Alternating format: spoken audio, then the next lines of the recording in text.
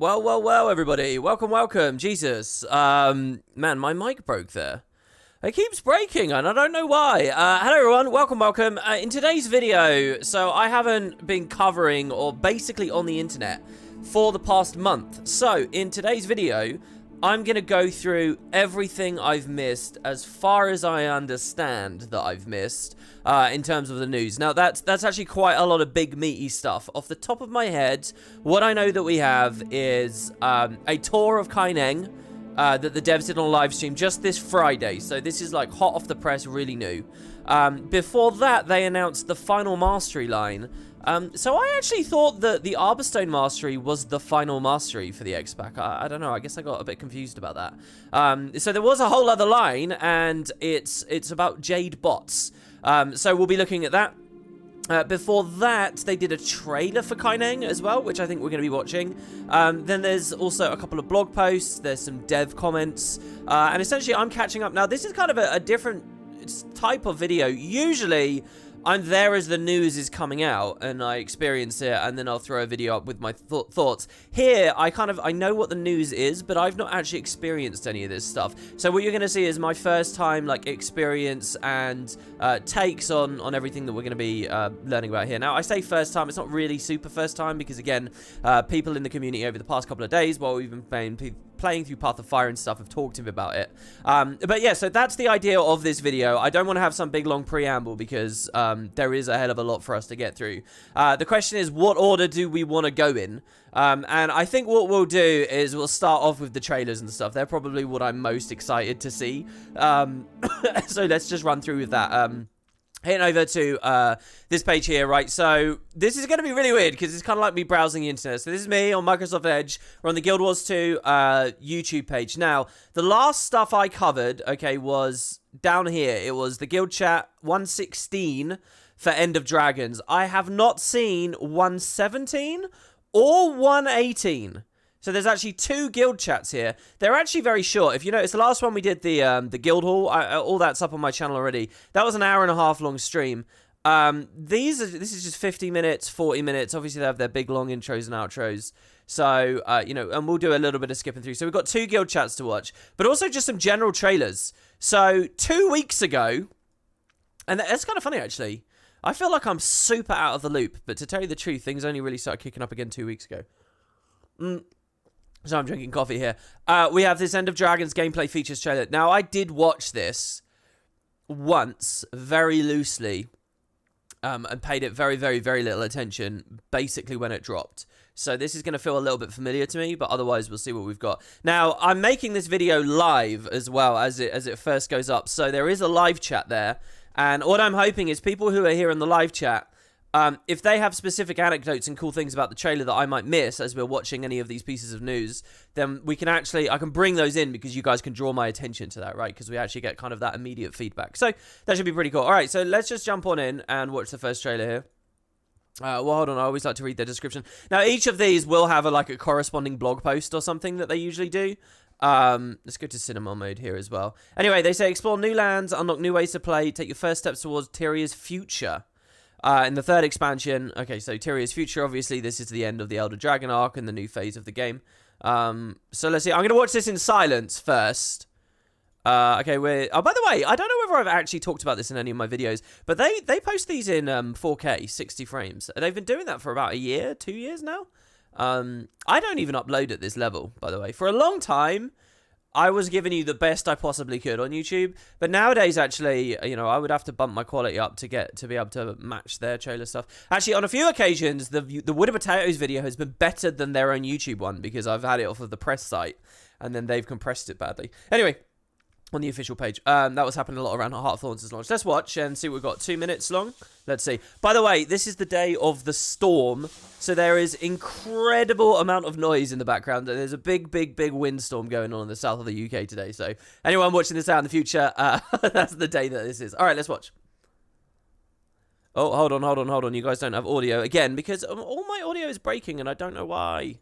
I had it all set up 2 seconds ago, and now that I dare to start making a video for you all, it breaks. Okay, you should be able to hear it now. Okay, cool. So we've got crickets. Right, let's see what we got here.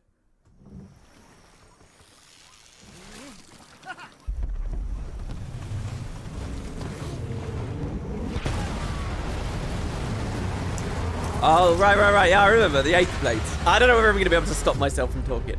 Ambassador's dispatch. Queen's eyes only. The Empire of Cantha is not what we remember. They are the most powerful nation on Tyria, thanks to their Jade tech. And they don't trust us. We have to show them that we're on their side.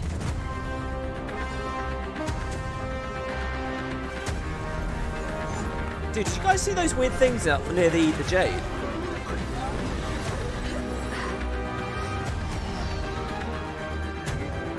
Alright, this is the zipline thing.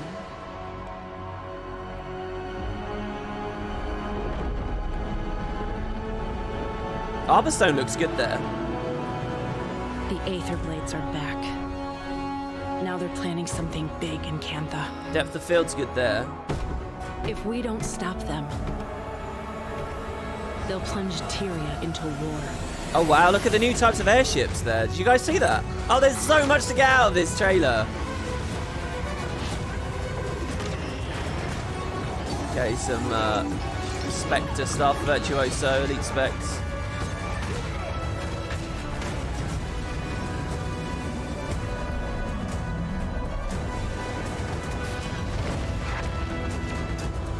Everything Dragon's Watch has fought for. It all comes down to this. Is that a Jade Tech Iron Forgement? The secrets of Cantha. The secrets of the dragons. We have to uncover them all. Wow, who is that? Oh, is that the commander? Before it's too late. Oh, damn. Wow, look at this background, the splash art in the background here. What is this? Oh, the logo looks really good in front of it. All right, okay, so first big bit of news, I guess I should say, is that this was the release date announcement, I suppose. This is like the trailer, I suppose, right? Like POF kind of had an equivalent trailer like this. This is the representation of everything that End of Dragons has. So I'd hope this has good views, because this is 200k. It's all right, actually. It's not too bad. Oh, as a total random sidebar, I found a Sims 4 trailer yesterday for like some wedding expansion pack that they get 1 million views on. They sell tiny little DLCs that it costs like £700. It costs over $1,000 to get all the DLC for the Sims now, and each little one they do gets over 1 million views. It's crazy. Anyway, right, let's go back to. There's so much I want to pick out already here. Now, usually I download and I actually have a little bit more meticulous control over the trackbar. Okay, so we got the Fisher. This is kind of a nice opening, I suppose. The airship's coming in. You know, this is really weird. It kind of feels like the start of Season 2 to me. You know, where the big inciting moment is a bunch of airships getting shot out of the sky. It strikes me that Canthans are going to be living their normal lives, and then airships are going to come exploding in out of nowhere. And we're possibly on one of these, actually. And they get shot down from the sky. I wouldn't be surprised if End of Dragon opens with, like, the Aether Blades revealing themselves to us somehow. Probably another Ellen Keel moment, like we have at the start of Path of Fire. If you've been watching my big story replay, or you participated in the Year of the Dragon, you might remember Ellen Keel's there at the start of PF. I kind of think it's going to start in Lion's Arch. Aether Blades. We'll have a section in the Mists. That probably big moment where we see Mytrin out on the deck, which is going to be later in this trailer, we'll probably see. And then we'll crash out and we'll be here. That's sort of my guess. And this is the cutscene we get. And this is quite good. I think this isn't... Well, I don't know. When we see this in-game, how good is the resolution going to be? Is this actually going to be rendered there live for us? Or is it going to be like a pre-baked BIC file that doesn't look very good? Anyway, this is what I think it'll be. I think this is how we start. Start each expansion with a crashing airship, says Infria in the live chat. You're totally right. Heart of Thorn started with crashing airships as well. Not just Season 2. And then, of course, POF started. Mind you, the airship doesn't crash in POF. It's the pyramids that are exploding. But I quite like that. You might be onto something. There might be a bit of a theme here. Okay, so anyway, they fly through. It's Xingji. So we got the dialogue. Ambassador's dispatch, Queen's eyes only. Now, this whole throne room sequence seems really cool. She's completely surrounded by the Jade here. Now, these are all characters we got, like, synopses on, right? This guy we've seen in multiple cutscene sections, and this is like the leader of the Jade Brotherhood. Not the Jade Brotherhood, Imperial Guards, isn't it, or someone? I can't remember all the little details we heard about that. That appears in one of the last End of Dragons dailies I did. Anyway, the Empire of Cantha is not what we remember. I love this shot of not just her here, but this. They're the most powerful nation on Tyria, thanks to their Jade tech. They kind of just throw that away. Now, that's kind of a huge thing to say. You know, their technology, their power, their position is greater than the might of the Char, than that of the Asura, even, of any other society. So very, very high stakes. I can see why they'd want that, you know, since it is the big climactic final moment. Here we get a ton of Jade tech. I'm really struck by their designs and how many varieties of these things there seem to be here. And we're in a really cool sci-fi looking lab place. They don't trust us. We have to show them that we're on their side. I mean, look at all of these. They remind me so much of all the Watchwork creatures. It's funny, having just played POF with all the Forged and stuff everywhere, and then the Forged don't kind of appear anywhere else. I wonder whether all these Jade tech creatures will be similar. So here, this must be the Jade Sea. Or the edge of Kaineng, I guess. But what is this up here? Can you guys see these, like, holographic fish swimming around up here near this giant shard of jade? I mean, this looks crazy to me. You know what I'm really struck by as well with these fish as they fly through, swim through? How little underwater stuff there is in this trailer. How little underwater stuff they've shown at all. You know, you almost wouldn't think that the deep sea dragon is in this at all. So okay, so then they say new next level mastery track, Jade-Bots. I don't know why they phrase it as next level, but this here, this bots, as far as I understand, now I'm going to be learning about that with you guys in this video. We're going to look at the blog post and see what this is, watch the guild chat. As far as I understand, this is like a cosmetic companion that does stuff for you around the X-Pack, and I don't know whether like it's like customizable or like there'll be gem store editions and stuff or dyes. But here it's flying with us while we're gliding. I don't know what exactly that... How is that helping us? Is it giving us a boost of some kind? I don't know. We should hopefully find that out pretty soon. Here it's clearly reviving someone, and I think I was told in one of the live chats recently that it does have a revive function. People fighting in the background. I'm more interested in the environment than anything else here. Dynamic ways to travel. And again here, this is the Jade-Bot, right? On the right of these platforms. So it looks like we can sort of zip line around, move along all of these wires. And let's just go back real quick. I don't want to just be totally linear with this. Oh, wait, go back here. Oh, no, back a little bit more. Jesus Christ. This trailer moves real fast. Look, all these wires are everywhere here. I mean, this is Kaineng. I mean, it looks awesome. I can't wait to get to the stream in a second. So you got the whale. There's a holographic whale sailing, floating through as well. I get some real Rapture Bioshock vibes there. So here you got Guildhall. We kind of already know everything we need to know about the Guildhall. I will say here, the crystal is really, really built up. So obviously this is like a top tier Guildhall that they've got there. Bunch of people using gem store skins and stuff. Now here, I have to say, this shot of Ekavald looks awesome. This looks this is the exact atmosphere I want. The only thing missing is a more tangled thicket of like twigs and thorns and things high up in the sky. That's the only thing missing from this.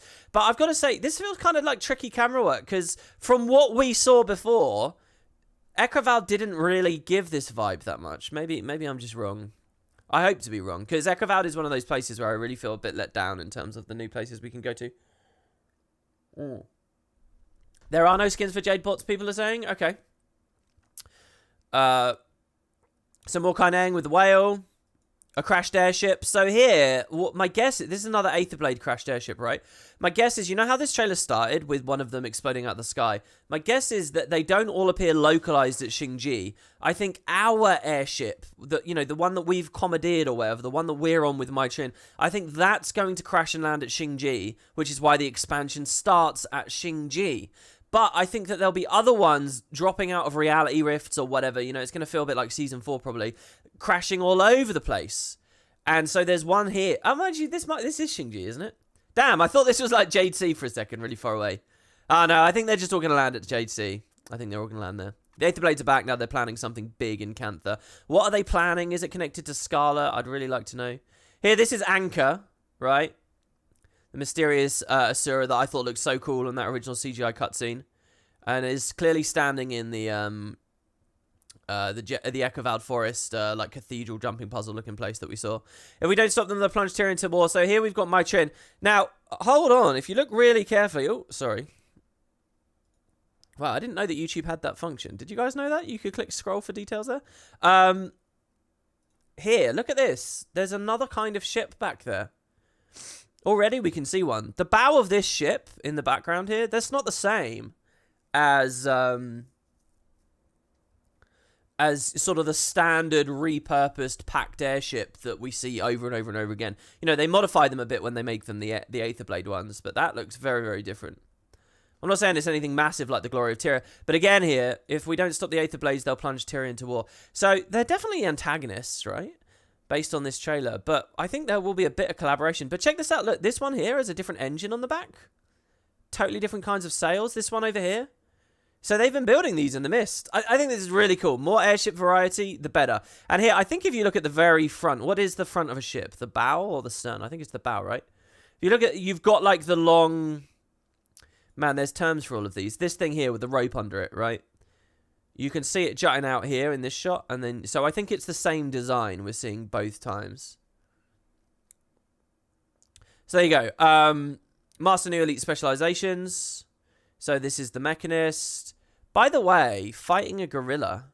Is that a Risen gorilla? I mean, it's got the coral on it. Oh, it is a Risen. This is Siren's Landing. Right? Do they have Siren's Landing footage in this trailer? Oh, no, it's not Siren's Landing. That's a... Wow. I thought that lighthouse there in the next shot was like one of the archways or something. But no, it's like slightly tilted over. That looks really cool. Okay, I think we're on the Jade Sea this time. And there's gorillas here. But they're totally... The ones you find in ore. Like, they've got the polyps and stuff on them. Maybe there's a reason for that. Or maybe they just didn't bother reskinning them or something. I don't know. So you got the Mechanist, you got the Spectre here, fighting a Rottwallow for what it's worth. Now these are the kind of shots I was trying to do. A Naga, and I you know, even on the original Xingji stream from before a month ago, we were looking at the Naga and how shiny and silky their scales looked and stuff, and it was awesome, right? Virtuoso with the blades. We get another Kieran here. And this time it's a Blade Swan. The turtle. I like this shot of being underwater, walking along this. Not quite sure where it is, but the idea of traveling through underwater caves is really cool. Again, in the previous video I made when we were in Path of Fire and we were in that quicksand tunnel on the skimmer, I liked the idea of like having lots of those, and maybe you get that experience with the Siege Turtles walking around on the seafloor. Using the slam ability. I'm not sure there's too much interesting going on in the background here. Everything Dragon's Watch has fought for. It comes down to this. The use of the word Dragon's Watch there. I think this is the end of Dragon's Watch, guys. The name of the companionship doesn't really make sense once the dragons are gone. Assuming the dragons are gone by the end of this expansion, I think this is it. And they're basically, they got a line here essentially saying, hey, this is the culmination of the Dragon's Watch. By the way, here you've got, this is the Iron Forgeman, except he's Jade-Bot style. And he appears Kavard Forest here. It's quite interesting. All these big pallets of firewood and stuff. I don't think that it's literally... The Kurziks have studied the design of the Iron Forgeman and they have, you know, made it Jade. I think they're just being clever with their assets that they have available and stuff, which is what they should be. Got Mytrin unleashing some pistols.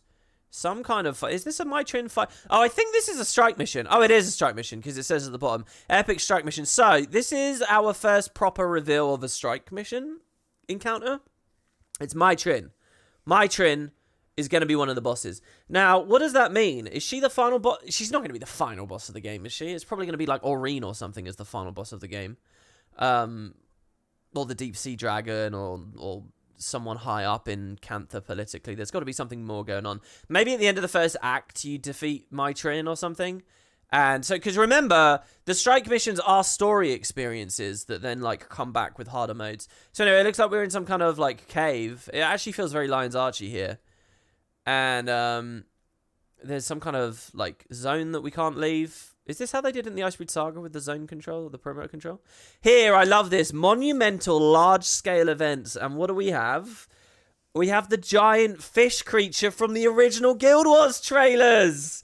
Oh, so those of you who are out of the loop, if you go back and you watch the 2012 press for Guild Wars 2, what they'll do is they'll end the trailer and it will splash up the, you know, the end slate where it says, bye, Guild Wars 2, you know, and there's no other information, it's just text on screen. After that, in those original trailers, they would then cut back to some other teaser shot. So, like, one of the teaser shots was you would see a bit, and it was nearly always a big boss. So, like, one of them you'd see the Iron Forgeman pulling his chain and dumping lava. Another one you'd see Geheron Balefire transforming into his, like, godly form that you see in the dungeon. In one of them, I can't remember exactly which. I think it was the Races trailer. I can't remember. The teaser shot at the very end was underwater, ominous, and it was this creature swimming across the screen. And it was like, whoa, look at this giant monster. And clearly, back in 2012, they had wanted to put some kind of giant deep-sea dragon underwater fight thing in, but it never made it, right? There is kind of a big creature in the waters around Mount Maelstrom, but nothing major. And, you know, there's just those allusions to giant minions in Mount Maelstrom, like with the Inquest at their lab. And then here in End of Dragons, the Deep Sea Dragon expansion, monumental large-scale events, and the representation they pick is this guy. And it's swallowing a player. Now, if this ends up like the Triple Trouble Worm thing where Cobalt swallows you and you get teleported inside and you do like a mini fight in there, that's going to be so cool. And I swear that's what they're teasing at here. Look at that. And they cut as soon as he gets swallowed. I think that's what they're doing. I think you go into the belly of the beast and you get to fight your way out or whatever. Really, really happy to see that that's made it into End of Dragons, because it's kind of a payoff on something from a long time ago, you know. The Secrets of Cantha, the Secrets of the Dragons. Again, we're in more of the crazy Jade Tech bases. Cool looking machine thing here. Slamming the ground. Shockwaves. Now, is this the commander or not? Because this animation is too cool. Do they have like all these special amazing mocap experiences for you as the commander now? I mean, he's holding his hat. It can't be the commander, can it? Because if it was the commander, what if you're not wearing that outfit? Or maybe it is the commander. Who's the commander representative for this expansion? Anyway, it's nice to see Kaith here as well. Crystal Bloom Kaith. She feels like a real oddball, like a weird one out. This is our cast. It's a very, very lady-heavy cast this time. We've got Goric representing the lads. And that's it. But yeah, so... And it's weird because, you know, I've been listening to their streams and stuff, and they've been saying, oh, we want a small cast for End of Dragons so we can focus on the characters. You know, we just got done playing POF, where the cast is 3 people. It's Kanak, Ritlock, Kazmir, right? For all of POF. I mean, it's really small. So I'm quite happy to have 5 characters now, you know. So yeah, I don't know. If it is the commander, it's quite cool that they did all this mocap just for this trailer, I suppose. And this is insane. I mean, what do we make of this? This actually has vibes to me like the end of Heart of Thorns. You know, when you're out at that giant magical ley line pit near where you fight Foul Lane and that final chase and stuff happens. And I suppose where in the meta you end up fighting the Mouth of Morgemoth world boss. I mean, what are we looking at here? This is reality disintegrating again. We picking that up from season 4. Now, the one thing I do really want to talk about is someone had this theory on yesterday's video. They were talking about the opposite of Aurene. Like, what would the opposite of Aurene be? And Aurene, like, takes light and splits it into its spectrum, right? And does things with it, distributes it, whatever. She's like a prismatic dragon. If you had the reverse, like, we were trying to think of what the reverse would be, and people started talking about this idea of, like, a darkness dragon or something. And that seems a bit silly to me, but what are all of these weird, like, flecked with different lines? Like dark tendrils, right? Spreading around. I don't know what we're looking at. This is either the disintegration of reality, or we're actually looking at the deep sea dragon. And these, like, tentacle-like constructs here that are wriggling around and moving in, they're more like energy lines. This is something going on there. Or it's a mix of everything. But I love this thing of, like, black, messed-up, chaotic magic. They look like ley lines, like, totally, like, destroyed ley lines, don't they? And there's some kind of epicenter up there. And also, what I think we might be looking at is the Harvest Temple. Maybe. Now, remember you got that End of Dragons key art where you do see the Harvest Temple, and there's even a dragon spiraling around it.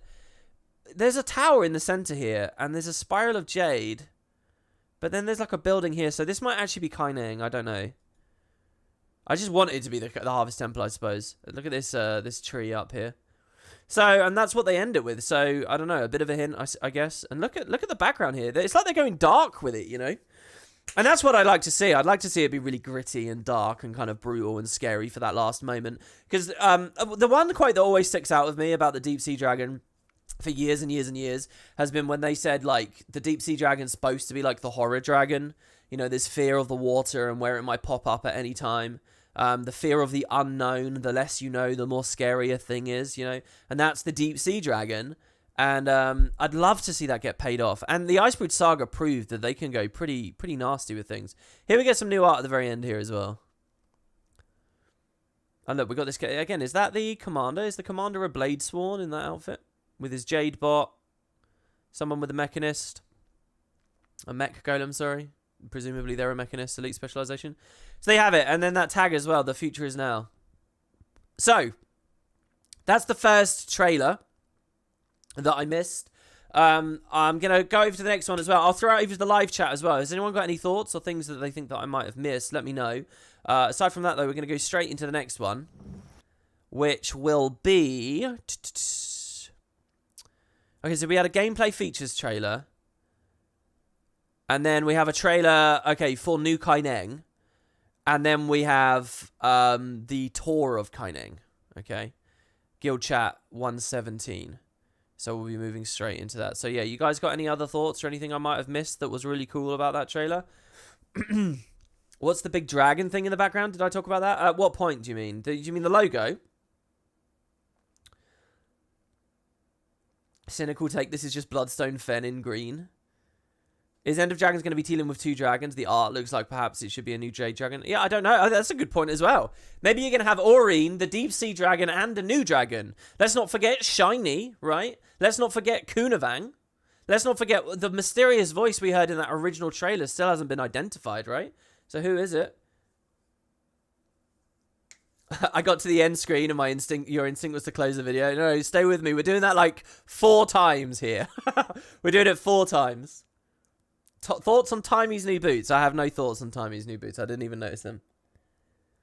They are risen gorillas indeed, by the way. You're going to like cry. Okay, so I do know, people have already told me that in the Kaineng Center Jade tour that the devs did, apparently the lore is the tidal wave that rose ore hit Cantha. Now, let's not get too bogged down in the details and the logistics of that, but apparently it blew up old Kaineng, like the slum Kaineng. And anyway, with the tidal waves came some risen. So the Canthans have actually been dealing with Zaitan to a certain degree. And when Zaitan died, those risen became unchained. And apparently in the tour, and we'll get to that very soon, I'm going to see some. I haven't seen the content itself, but I've been told that. That's really cool. And I don't know, I guess the risen gorillas are from that as well then, are they? Alright, so let's keep going. Next one. To people in the live chat, I know you're curious about questions for all kinds of things, like my favorite elite spec and stuff, but let's try to keep it on just the content of today's video, which is, you know, the news. So if you've got thoughts and stuff about that, let me have it. Alright, let's just listen to this the first time. I doubt there'll be much dialogue. Let's see what we got.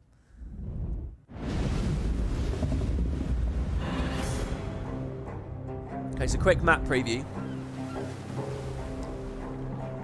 Oh, is that a Nyan statue? Oh, this tunnel looks cool. Oh my god, it goes too fast. There's too much happening too quick. Oh, wow. That was cool. The skyscraper with the glass. And the staircase. Change is imminent. Wow, why are the lights flickering? Oh, I think that's them showing the day-night, I suppose.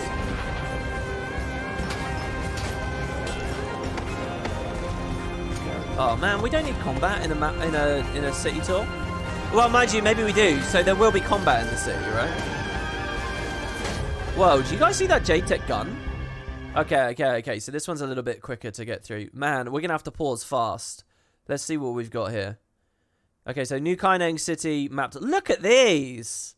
Yeah, they're going with like the neon Blade Runner thing. I think that's really smart of ArenaNet to do that because, you know, people have been asking for that and wondering about that, like a technologically advanced Kaineng for years now, haven't they? I mean, that's been the expectation and the enthusiasm. And they found a way to make that work in the story. So what I'm actually quite curious about here are the other buildings and all these windows and these suggestions of life back here. I guess they're high enough up that we won't have to worry about it. If I'm on a sky scan and I cling around and climb up there, it'll probably break the illusion a bit. But, I mean, that happens already in places like Divinity's Reach if you decide to get on a sky scale and, you know, attach yourself to the perimeter walls and stuff. So anyway, these can't be translated, right? Because New Canthan is more of a symbolic, sort of iffy representational language, where it's just like a symbol is kind of a vague idea, right? I don't know. Maybe people on Reddit or the forums actually looked really closely at what these say and whether they're actual advertisements for things. But okay, so that's cool. I like this shot just because it looks very, very busy. Right? People fishing in the city as well. I mean, that's a cool fan. The idea of all the different places we can fish. If fishing is really meaningful, I really hope it's not just a crappy collection that doesn't tie into things very well. If fishing is meaningful, this is going to be so great. And yeah, this is a Nyan statue, right? Do we actually get to fight these? They did add Nyan to Guild Wars 1, some of the later content. I think you could get them in your menagerie in the battle isles as well. Oh, wow. They addressed the point of scale in Divinity's Reach. It's all real here. Did they really? In the stream, are they going to talk about Divinity's Reach? I love this tunnel here as well. Now, if you look closely, these are actually fish. Right? This isn't just random energy. These are fish swimming up and down and around the tunnel there. Okay, so then we got a skiff and the idea... This is some Venice stuff here. I mean, this is interesting too. They didn't just go like neon lights and... Oh, I wish this was at night. I think this would look really good. Also, look at this. So these wires, are these zip lines for the mastery? So in theory, can I be sailing along the bottom while a player is like zip lining above me and another guy's like mounting along or something? I mean, this is all really cool. One of the big fantasies I always had for Kaineng, like if we rewind the clock years ago, before even End of Dragons was announced, and I just imagined the idea of Cantha, I had this fantasy of being in Kaineng and there being like a clothesline attaching two buildings together with a bunch of, you know, clothes hanging off of it, and that I could maybe run along it or swing on it or bounce on it or something. I don't know. And funnily enough, with these power lines, they kind of have hit that. They've kind of managed to do that a bit, which I think is quite cool. I love the idea of just lots of people in one area and they're all using different methodologies to get around because they chose different masteries in different orders, which is going to be really cool and will exist for about a week or two after launch and then be gone forever. So is this a waypoint in the background or is this something else? It's nice to just see the citizens. There's a really curious thing with their fashion as well in one of these upcoming shots. Look at this here. So this is a mech taking off. But I assume that this isn't actually a mechanist doing this. Are they just regular mechs that will just... Are these like drones? They're like Amazon delivery drones. You know, are just constantly moving around and porting around the city.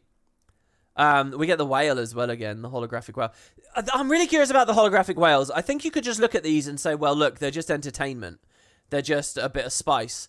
But there's something about that in terms of like the people of Cantha and why they would have that, why they would be captivated by holographic whales, why they would have fish swimming around all over the place. It's like they like the water, don't you guys think? It's like they care a lot about the water and what lives in the water, and it's kind of in their culture to some degree. And I feel like that's not a coincidence. I feel like that's not something to ignore. I feel like they're in the know about something about the depths and potentially then obviously the deep sea dragon, who the guess is has been around Cantha this whole time. That's what I think, anyway. Okay, now we're in some kind of vault, but presumably it's still Kaineng. This is amazing. This is definitely my favorite shot of the whole thing. Look at how cool this is. Oh, it's not going to feel as cool to be in there. You're just going to be going up a staircase. But this is an amazing shot. I like this. I want to see at least 2 or 3 of these around the city. Okay, a very fast shot there. Again, here, look, where does this go, though? If you follow these power lines... Oh, look, more holographic fish. Some kind of chest here that we're opening. That had the chest glow on it. Here he's repairing a bot. This, here, look at this. What's this thing on their chests? What does this represent? Some kind of ministry worker, I guess? By the way, look at how high resolution and detailed that asset is in the background there. I don't know what it is on the wall, but look at that. Look how much detail is on that texture. You guys might want to up the quality of my stream here to really look at that. What am I looking at the YouTube video at? Yeah, I'm at 1440. It's unbelievable how detailed that is back there. New performance gains, hopefully, a result of DirectX 11 and so on. Okay, so talking in the hologram. But changes... I mean, this is great as well. Look at this. You've got this floating tunnel here, but it's up. You know, this actually gives me vibes of my favourite part of Divinity's Reach, which is the little tunnel with the aquarium on the left and right. and it's sort of like a new version of that. It's weird to... I don't know how to interpret this, though, because this feels like it... I'm thinking of it as a safe zone all the time, but it's not, right? It's just a regular map. Okay, so here, the flickering. When I first watched this a second ago, I thought this was because maybe they're showing us what it's like with the day-night cycle, that all the lights can turn on and off. If you guys followed me through Final Fantasy XIV, their second expansion was this kind of vibe, and they did a big city like this. And that game has a really good... Generally, graphically speaking, it's not better than Guild Wars. I will die on that hill. But it does have better technical capabilities, and it is really striking at nighttime, and I kind of wanted that from Kaineng, and that's immediately what I see here. But maybe it's not that. Maybe it's some kind of meta event where the power grid starts getting messed up or something. Almost swore there. And it causes all the lights to flicker while you're at a certain phase of the meta. You know what would prove or disprove that theory? If these tunnels are doing something weird as well. They're not. They're the same. So I don't know. But I think that might be what's going on. Also, this feels really reminiscent of a Guild Wars 1 plateau area. Somehow. Got red lanterns. Backpack. New backpack, is that? That's not the mastery, is it? It's just a new backpack. Fish and orbs coming out of this machine. And again, I'm really struck by... Look at the detail on the wall here. It's just a wall, but they've got like a lot on it. Here, these guys surfing along. So, what do I call these? Because it's like you're surfing along these. They're like ley lines, right? Ley line gliding. And I'm sure people are going to be really snobby and lame about it. I can imagine this Jade and say, oh, they're not being creative about masteries, blah, blah, blah. I can imagine this Jade-Bot mastery line feeling pretty good, to be honest. If, like, the final tier is getting access to these, it's going to feel exactly like Heart of Thorns when the final tier was getting ley lines. And you played the whole expansion, you went through that jungle, you saw ley lines around. You know, like that ley line that takes you up to the Burnisher Quarry and stuff. And you're like, oh, I really want to go there, but you can't because you need more XP. And then you have that thirst and, you know, that real actual sense of progression, which is so important. Hopefully you get that again. I'm hoping to get it. I don't know what mastery I'll go for first. Maybe fishing. You know, this whole extra mastery line has actually done a lot for my enthusiasm for this expansion. Because before, when it was just like Arborstone and the fishing and the skiff, I was really, really lukewarm. But it seems like there's an actual proper Metroidvania-esque kind of exploration-oriented mastery that we get here. The revive part of it seems a bit lame to me. But we'll dive into those details in a minute, I think. Okay, fighting Jade-Bots. They're actually starting to feel a little bit samey to me through all these trailers already. I hope there is a good variety. It looks like there is. Some kind of sparks around. So why are the Jade-Bots fighting us in Kaineng? Are we like antagonists to the whole city when we're here? You know, I'm just happy this is going to feel like a real populated, built-up place, because Vabi never quite landed that in... well, I say Vabi. Neither Vabi nor the Bone Palace in Path of Fire lived up to that. And Tarir never properly lived... but there's law justification for Tarir and the Maguma jungle, so that's fine. But when it came to POF, you know, Amnoon hit the bar, but everywhere else felt like, you know... big, open, empty field. Well, I don't want to put it that way. You guys get the gist of what I'm trying to say. Okay, and then just some general combat. And there we have it. End of Dragons.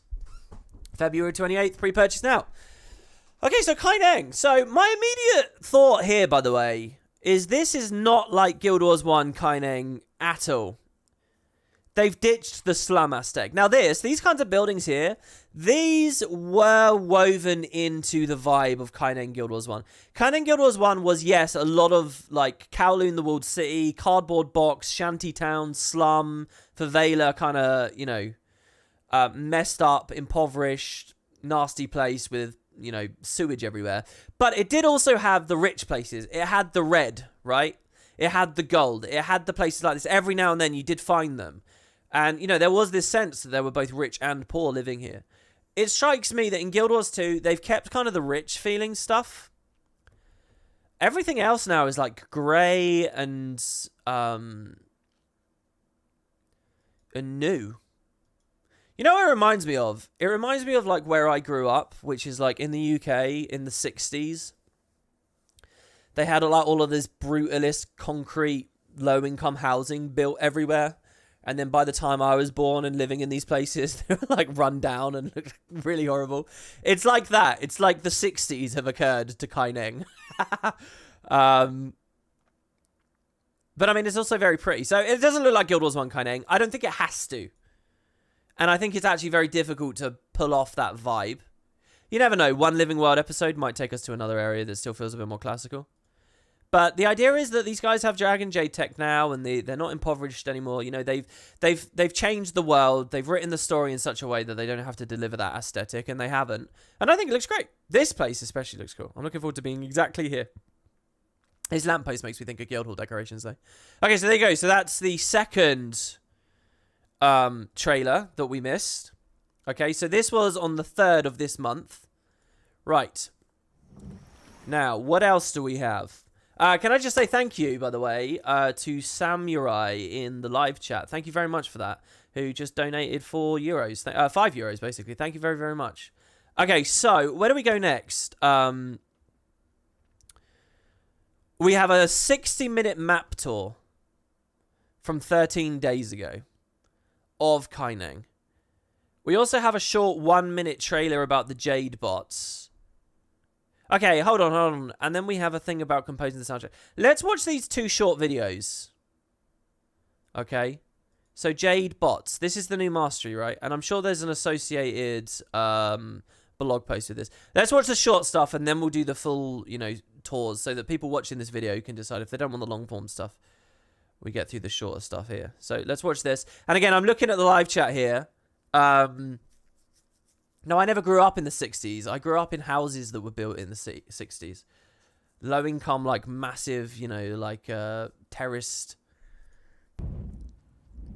concrete abodes. All right, here we go. Oh, this looks low quality to me. Yeah, it's 480. Don't worry, guys. Don't worry. I got you. Okay, let's watch. Oh, the music's amazing. Junlai Jade is always refining the products that make Kantha a more accessible, advanced nation. With creative and thoughtful design, the same technology used in Jade mechs can almost fit in the palm of your hand. Say hello to your new adventuring companion. Oh my god, it's Bug from Crucible. We all have different needs, so you can customize your Jade-Bot with a module. Let them speed up your skiff, energize your mount, recycle items, scavenge for you, and more. Equip it with a robust power core, and your bot can even enhance your vitality. Your Jade-Bot will always be there to give you a boost, save you time, and pick you up when you're down. It's great company when you just want to take in the view. Oh my god, where's that sword? Make a little room in your heart for Jade-Bots. They'll be available to unlock and customize soon. What? No way! Do they actually play with ambient creatures, like cats and stuff? Do they actually do this? Okay, so I've heard a couple of things about what this can do. Apparently it has like a free cam mode, where I guess you take the viewpoint of the bot and you just fly around as the bot or something. Oh my god, this is the future of mobile phones in real life? Maybe. Oh, wow, I'm so struck by how cute the thing is. Surely they're dyeable. Surely. Okay, so let's see what we can see it doing. Now, there's going to be a blog post, so I'm not going to linger on this too much, because there's going to be a blog post. First of all, this building looks insane.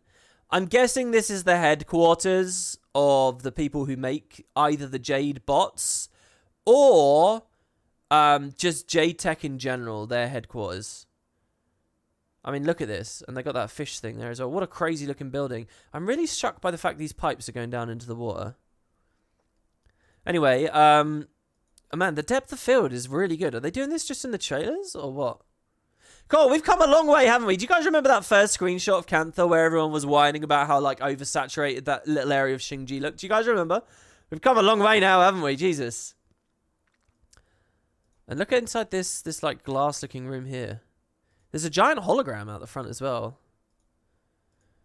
The model of that character looked really strange. Okay, so yeah, these guys, alright, are definitely, like, people who work with Junlai Jade or something, because they're wearing, like, that uniform. Wow, we got a Tengu guy doing it as well. His beak is crazy looking. Dude.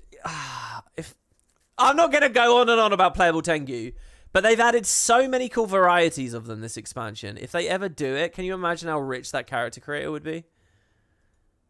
So this Jade-Bot is doing something at this battery thing. And it belongs to this Asura. I wonder what the Asura make of this, because it's kind of like their golems, but more compact design. Jade mechs can fit in the palm of your hand. What does seeing a siege turtle and then a mechanist's golem have to do with the Jade-Bot? Oh my god, the wind, man. The wind rattling is crazy at the moment. This storm is insane. Say hello to your new adventuring companion. The sound effects on it is so cool. And yeah, this just makes me think of that character that they had in Crucible, that bug character.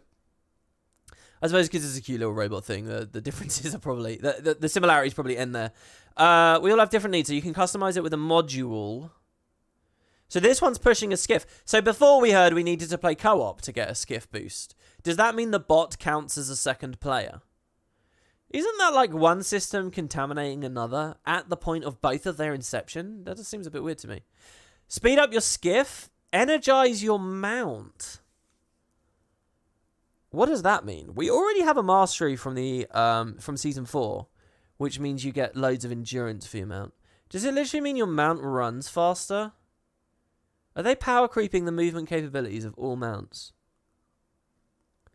That's insane if that's what they're doing. I'm just thinking in POF you have that mission where you can super speed the mounts during the race in Vabi. Recycle items. Wait, is it like a salvage thing? Like people have been buying on the gem store? Scavenge for you. Scavenge for you makes me think of like side-scrolling MMOs where your mini-pet will gather items. Apparently Lost Ark does that as well. I don't know. Maybe someone in the live chat can confirm that for me. But Lost Ark does a similar thing, doesn't it? So we get a bunch of people gliding. And so here, look, we get a boost. So they lift you up. They give you a boost gliding. Is this like you get a free updraft anywhere? Oh my god, they're going mental with the freedom of movement. Is it like one free updraft at any point you like? We have to read the blog post on this. A free updraft plus the bond of faith. All that kind of stuff. Equipped with a robust power core, your bot can enhance your vitality. So I heard about this. Apparently they just straight up make a little room in your heart. What is it with it playing with the cat? Is this just a trailer thing or is this an actual thing? We got to read this blog post. They'll be available to unlock and customize soon. Okay. So there you have it, the final mastery. All right, what are your guys' thoughts on this? I mean, if people want to fill me in a bit. We'll get to the blog post again in a second. So that's that trailer. Now, real quick, I'm probably not going to have anything much to say about this. But just a couple of days ago, they did one final thing. So the final stream before End of Dragons comes out is going to be on music. And here they've given us this video, which is about the music. So let's just watch this and see what they got.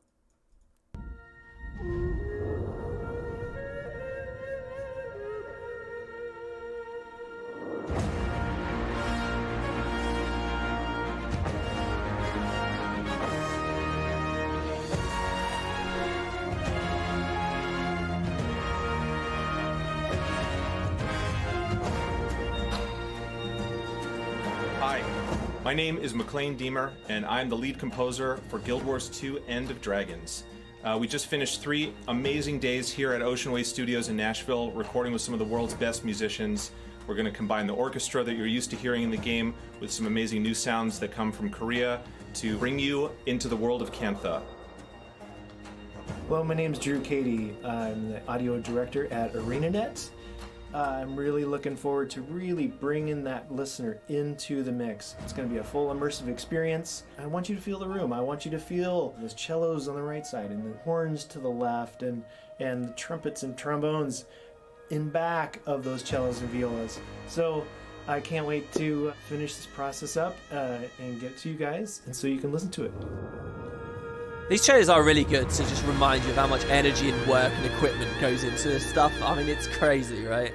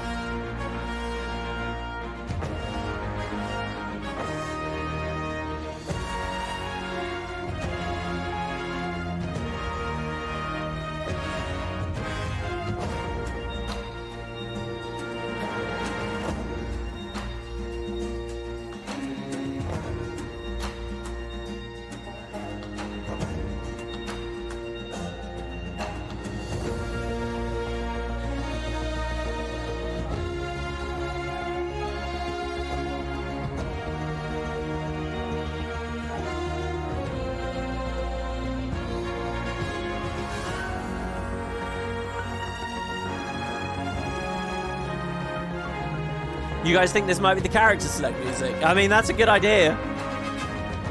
It kind of feels like the Heart of Thorns character select music, so I could buy it. It also feels like new LA music, which is great, but it's totally overused, as we all know. Imagine this exploding every time you dip into Lion's Arch for half a second.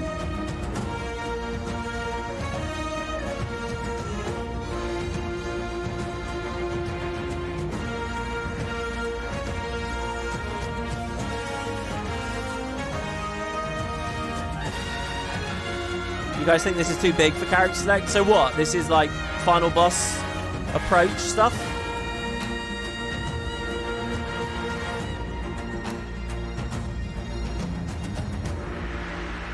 It contains a reprise of the original Factions theme. I don't have the musical ear to pick that out. But damn, yeah, people have been saying the soundtrack's It's been a lot of huge. work, and you have all made it into something special. So thank you very much. Well, there you go. So they're doing a stream about the music. Now, they've obviously already previewed a good amount of the music, like on their intros and outros. There's a YouTube channel or two that are just rehosting it as well at the moment. In fact, I swear I saw a video on that Shaman's second channel go up very recently that was about music. They haven't been updating their SoundCloud very regularly, but I'm looking forward to seeing what they do. Apparently, they're selling like vinyls and stuff at the moment. The whole music side of it, I don't know how into that stream I'll be. I don't, you know, as a final piece of news, I think it's probably not the right thing to do right on the edge of launch, but hey. But yeah, so, all right, so that's all the YouTube videos now except the big tours. So I'm going to make an executive decision here now to leave YouTube for a second, and we're going to go over to guildwars2.com because I want to read the blog post about the Jade-Bots, which is here. But also, I just want to scroll back to see what I might have missed. Okay, so see you in 2022. I read. I was doing the Wild versus. I was still on the internet when this came in, and I was playing and doing that. Oh, we were still doing loads of stuff at that time. That was ages ago. I don't know what happened with Lunar New Year. I did not play this festival in Guild Wars 2. This was the first festival I think I've ever totally skipped out on. Okay, so let's see what their live stream schedule is. This is just what we've been looking at, right? New Kaineng, which we'll be watching in a second. The Jade-Tech Mastery, which we've got, and then music, and then it's launch day. So they are doing a stream on launch day. There's a celebration on launch day. I wonder what that will have. I wonder what people will even be interested about with that. Okay, so that's fine. That's just their roadmap with basically no information. I could not have got a video out of that.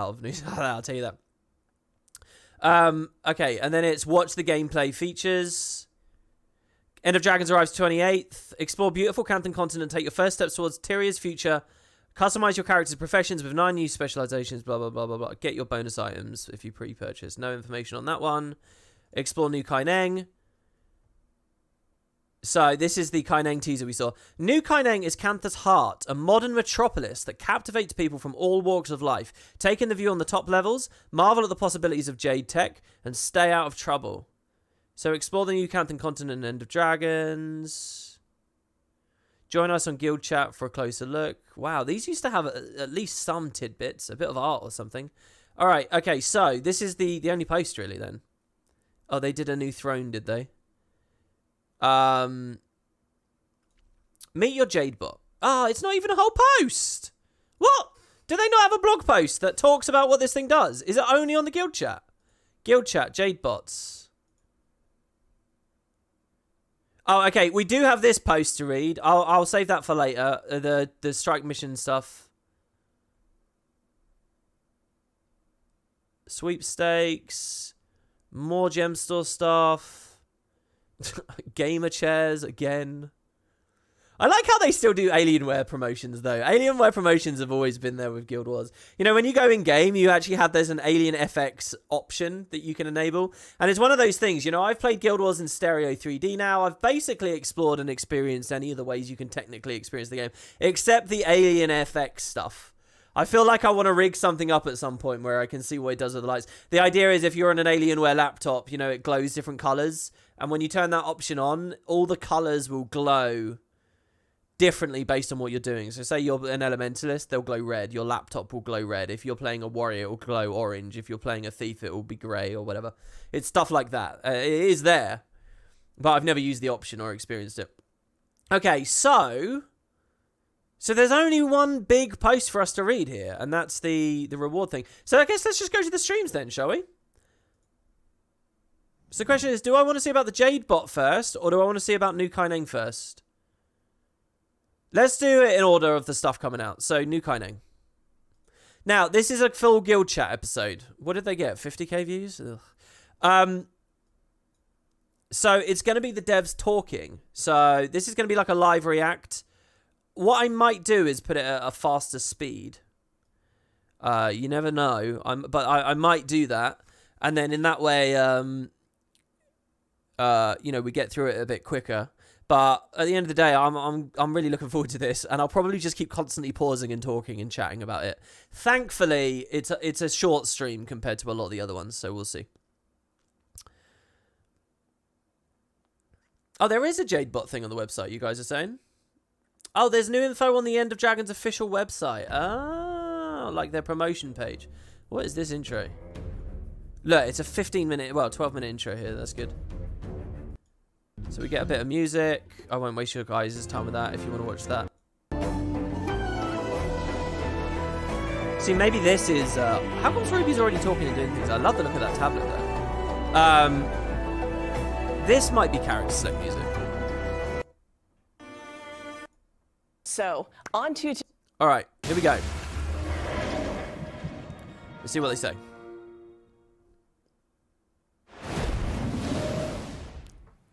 Hi, Tyria. Happy Friday, and welcome to Guild Chat. I'm your host, Ruby, and I am so glad you're all here today and you're excited for everything that we have to show. I kind of want to skip the preamble, Before we do anything else, I do want to call out the extremely cute merchandise that you were just looking at, since I saw a lot of you asking about it. The plush griffin, and yes, that is a siege turtle enamel pin, are two of the newest official merchandise items that you can get over at Good Smile now. Can I just ask, what are you supposed to do with the pin? Like, the only thing I would want to do with this is buy it just to say I have it, just as a part of Guild Wars merch collection. What are you supposed to do with it, though? Like, if you're actually going to play with it, if you're going to buy it and give it to your kid or something. Siege turtle pin, just to get ready for End of Dragons. So, on to today's show, because we have had a really busy week. Oh, people are talking about the horse in the background? Look, horses are there in lore. They play with when they actually show them off and talk about them, you know. Horses have been appearing in concept art for a long time and in many other places. Earlier this week, we shared the End of Dragons. You put them on like a bag, like your school bag or whatever?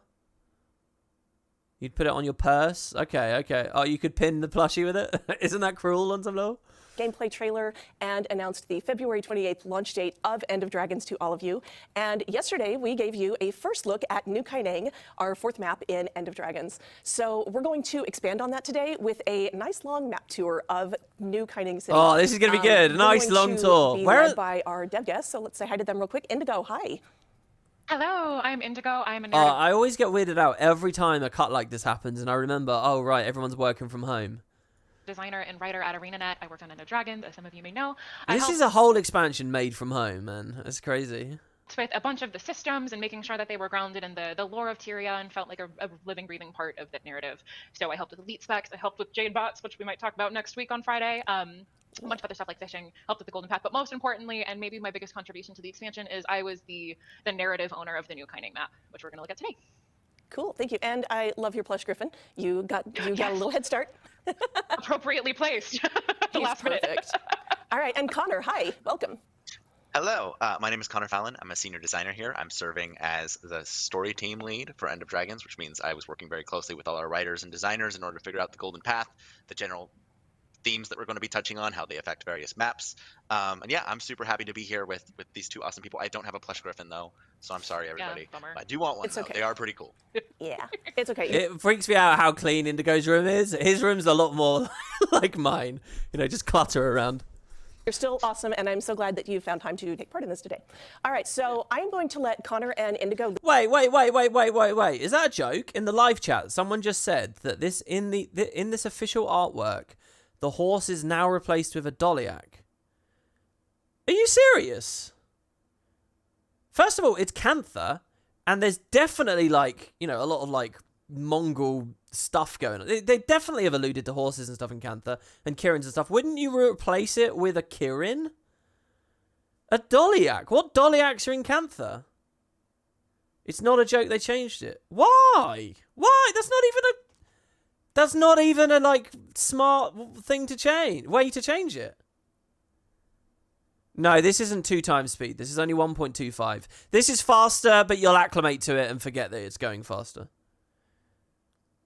Unless they're just joking around with it. If they're just joking around, I get it. Lead us. I'm going to be your eyes, and I'm going to follow them around, and we will see how much we can. All right, what we got? At. Okay, so they're not showing the new Elite specs on this one.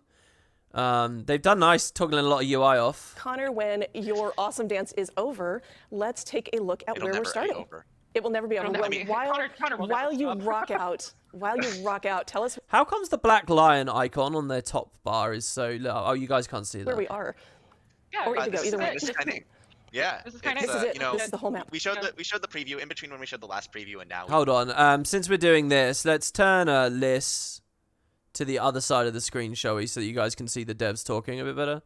Let's have her down here, maybe. No, let's have her over here, hiding some of the YouTube UI. Deleted the entire map. Yeah, it's just this. You saw that airship crash? It looked too nice. So we blew it up. Yeah, we blew it. It's gone. Could we stop blowing up cities, please? Why? Never.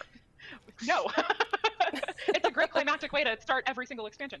But where we actually are, so we're, to bring it back down to a little bit more serious, I suppose. Yeah. So we're standing right now in a really tiny alcove in what is actually old Kaineng. So a lot has changed in the last 250 years. Kaineng but ruins. About 100 years ago from present.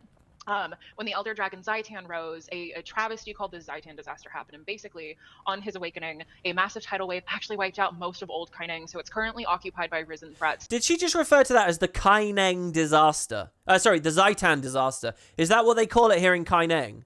The Zaitan disaster. It's interesting, even the idea of them knowing what Zaitan's name is and stuff. I guess there's a little bit of trade still going on right around that time. A little bit of information proliferation that have been festering and mutating over the last 100 years. But we only get a peek of that right now. So we're in the old Kaineng ruins, which is in the northmost east corner of the map. And there's a bunch of Unchained Risen in the Unchained, which Connor will get into in a second, or just kind of... I love this idea. I love this idea of it being a ruin. And I love the idea of it doing like a metropolis ruin as well, where they're like old destroyed skyscrapers. In Guild Wars 1, in the Crystal Desert, one of the societies that had gone there to try and ascend and failed had done this. They had like these giant skyscrapers, and you could see them. They were like now tilted and sinking into the sand. It's this really fantastical, cool thing. And you get a little bit of it back in POF as well. I think mostly it's around the Thirsty River. I love that vibe, and I love the idea of it all being flooded and stuff. And I love the scale that they've got here as well. These tracks, these mine tracks coming out. The downside is I don't like the the asset set that they've used. This is just the generic rubble that we've seen a million times already. You know, this makes me think of like Northern Bloodtide Coast. You know, Northern Sparkfly Fen. You know, like where there's like all those raised, elevated roads, bridges and stuff. You know, there's a couple of ooze around there. There's a chest. You know, we've seen this low. I wish that they had a slightly different like textures or something going on here. The scale and the vibe and the idea of the lore is awesome. I really like how apocalyptic this looks. This is cool. The other weird thing about this is there's a lot of stone for what mostly felt like wood and cloth and flammable materials. I think a better apocalypse story, honestly, for Kaineng is that the damn thing burned down, right? That there was a great fire of London, a great fire of Kaineng. There's a little bit of that in Guild Wars 1 as well. There was a burned out bit of the city. I would have gone with a burning story, to be honest. But I guess, you know, they're strapped for assets. This looks cool, though, the scale and stuff. Don't get me wrong. Of our expansion of what the Risen are. And it's just an incredibly dangerous area that's starting to bleed out into the city just a little bit. It's a hard thing to maintain, but I'll let Connor go into that a little bit more. Yeah, I mean, so, you know, way back when we did the announcement video, and we can maybe slowly meander. No, it's hard to walk and talk. Way back when we did the announcement video, you know, we talked about how... I'm always amazed when people can't play and talk at the same time. It's so natural and easy to me. And I want to say as well, always has been.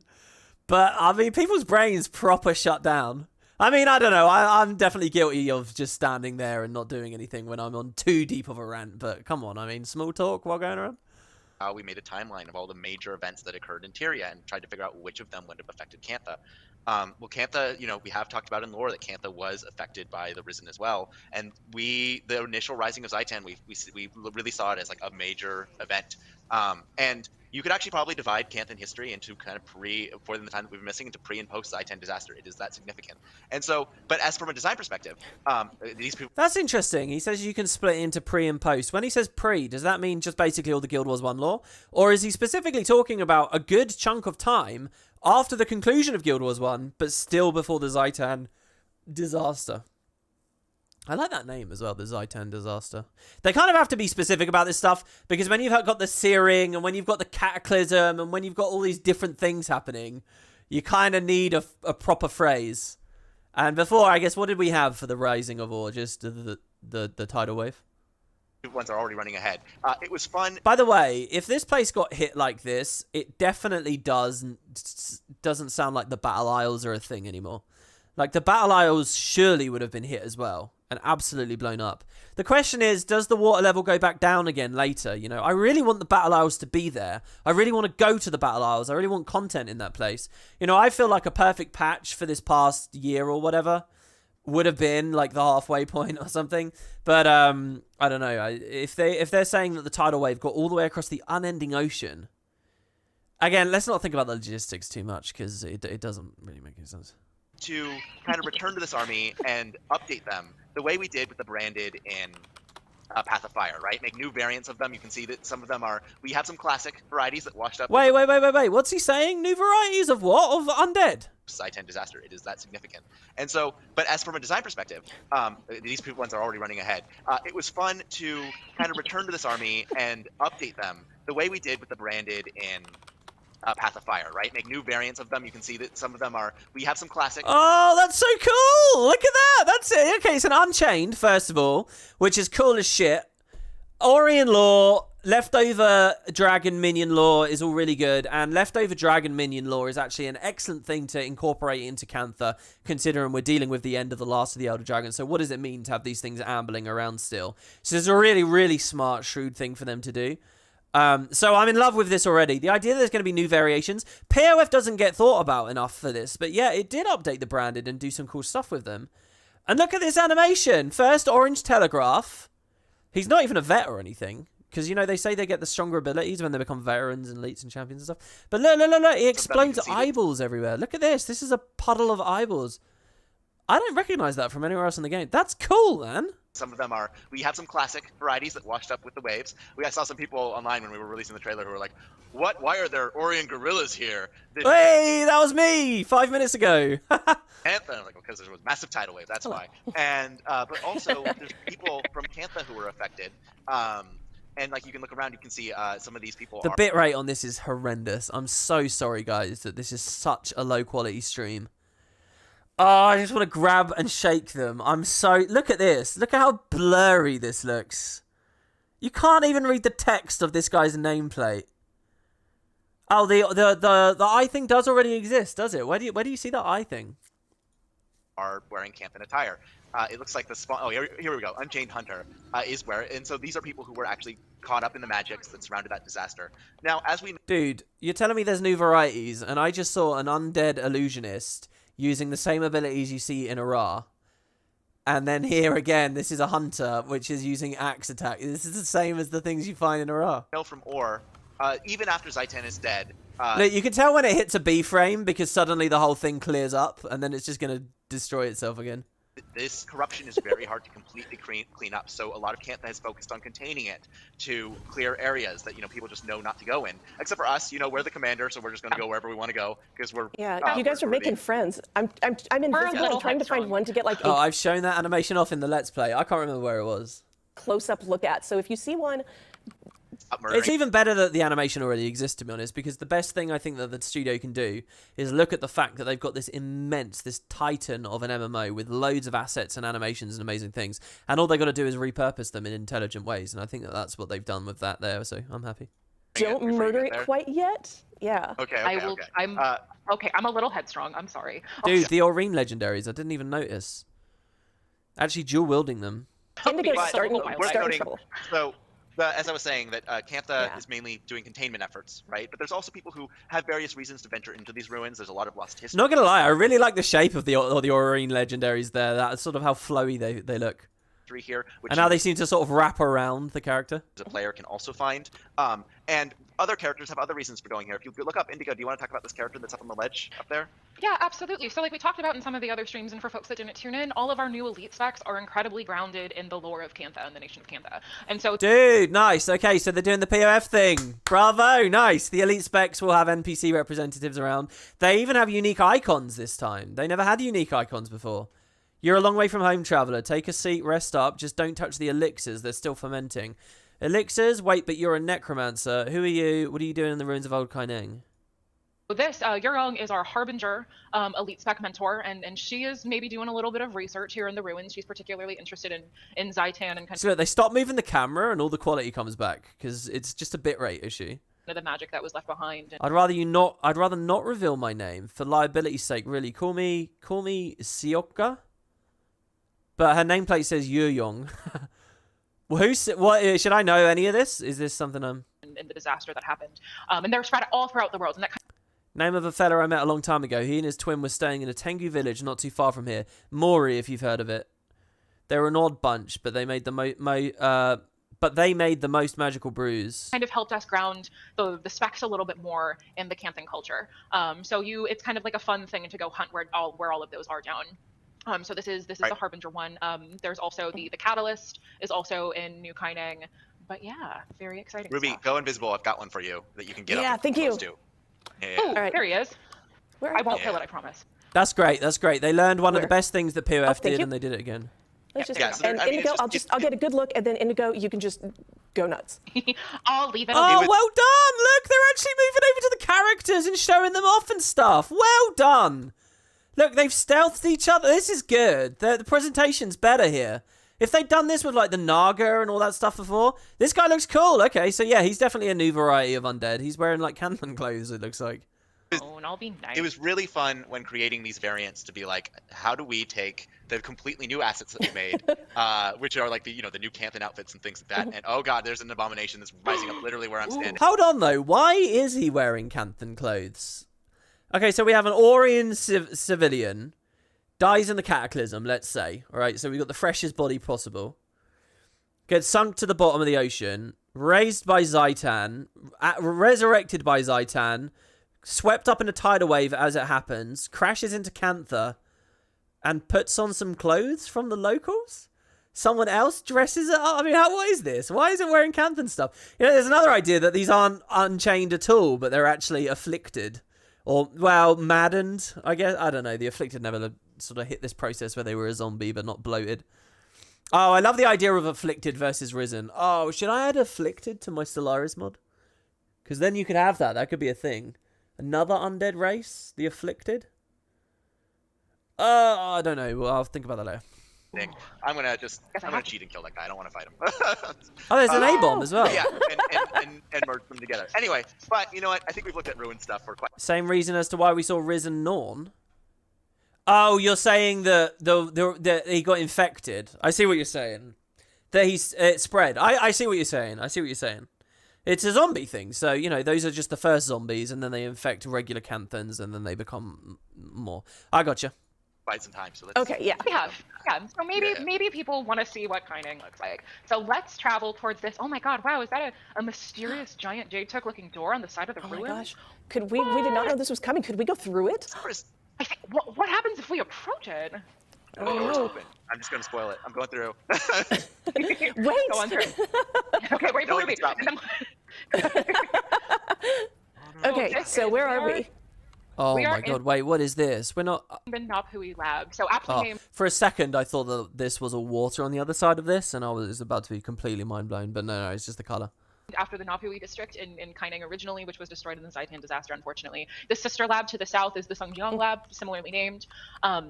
This is one of the main stop. I love that idea of taking a very spiritual, religious, sanctified place, Napui Quarter, and it's like a lab and it's a place of research and technology, you know, kind of bastardized in nature and corrupted, the antonym of itself. I like that.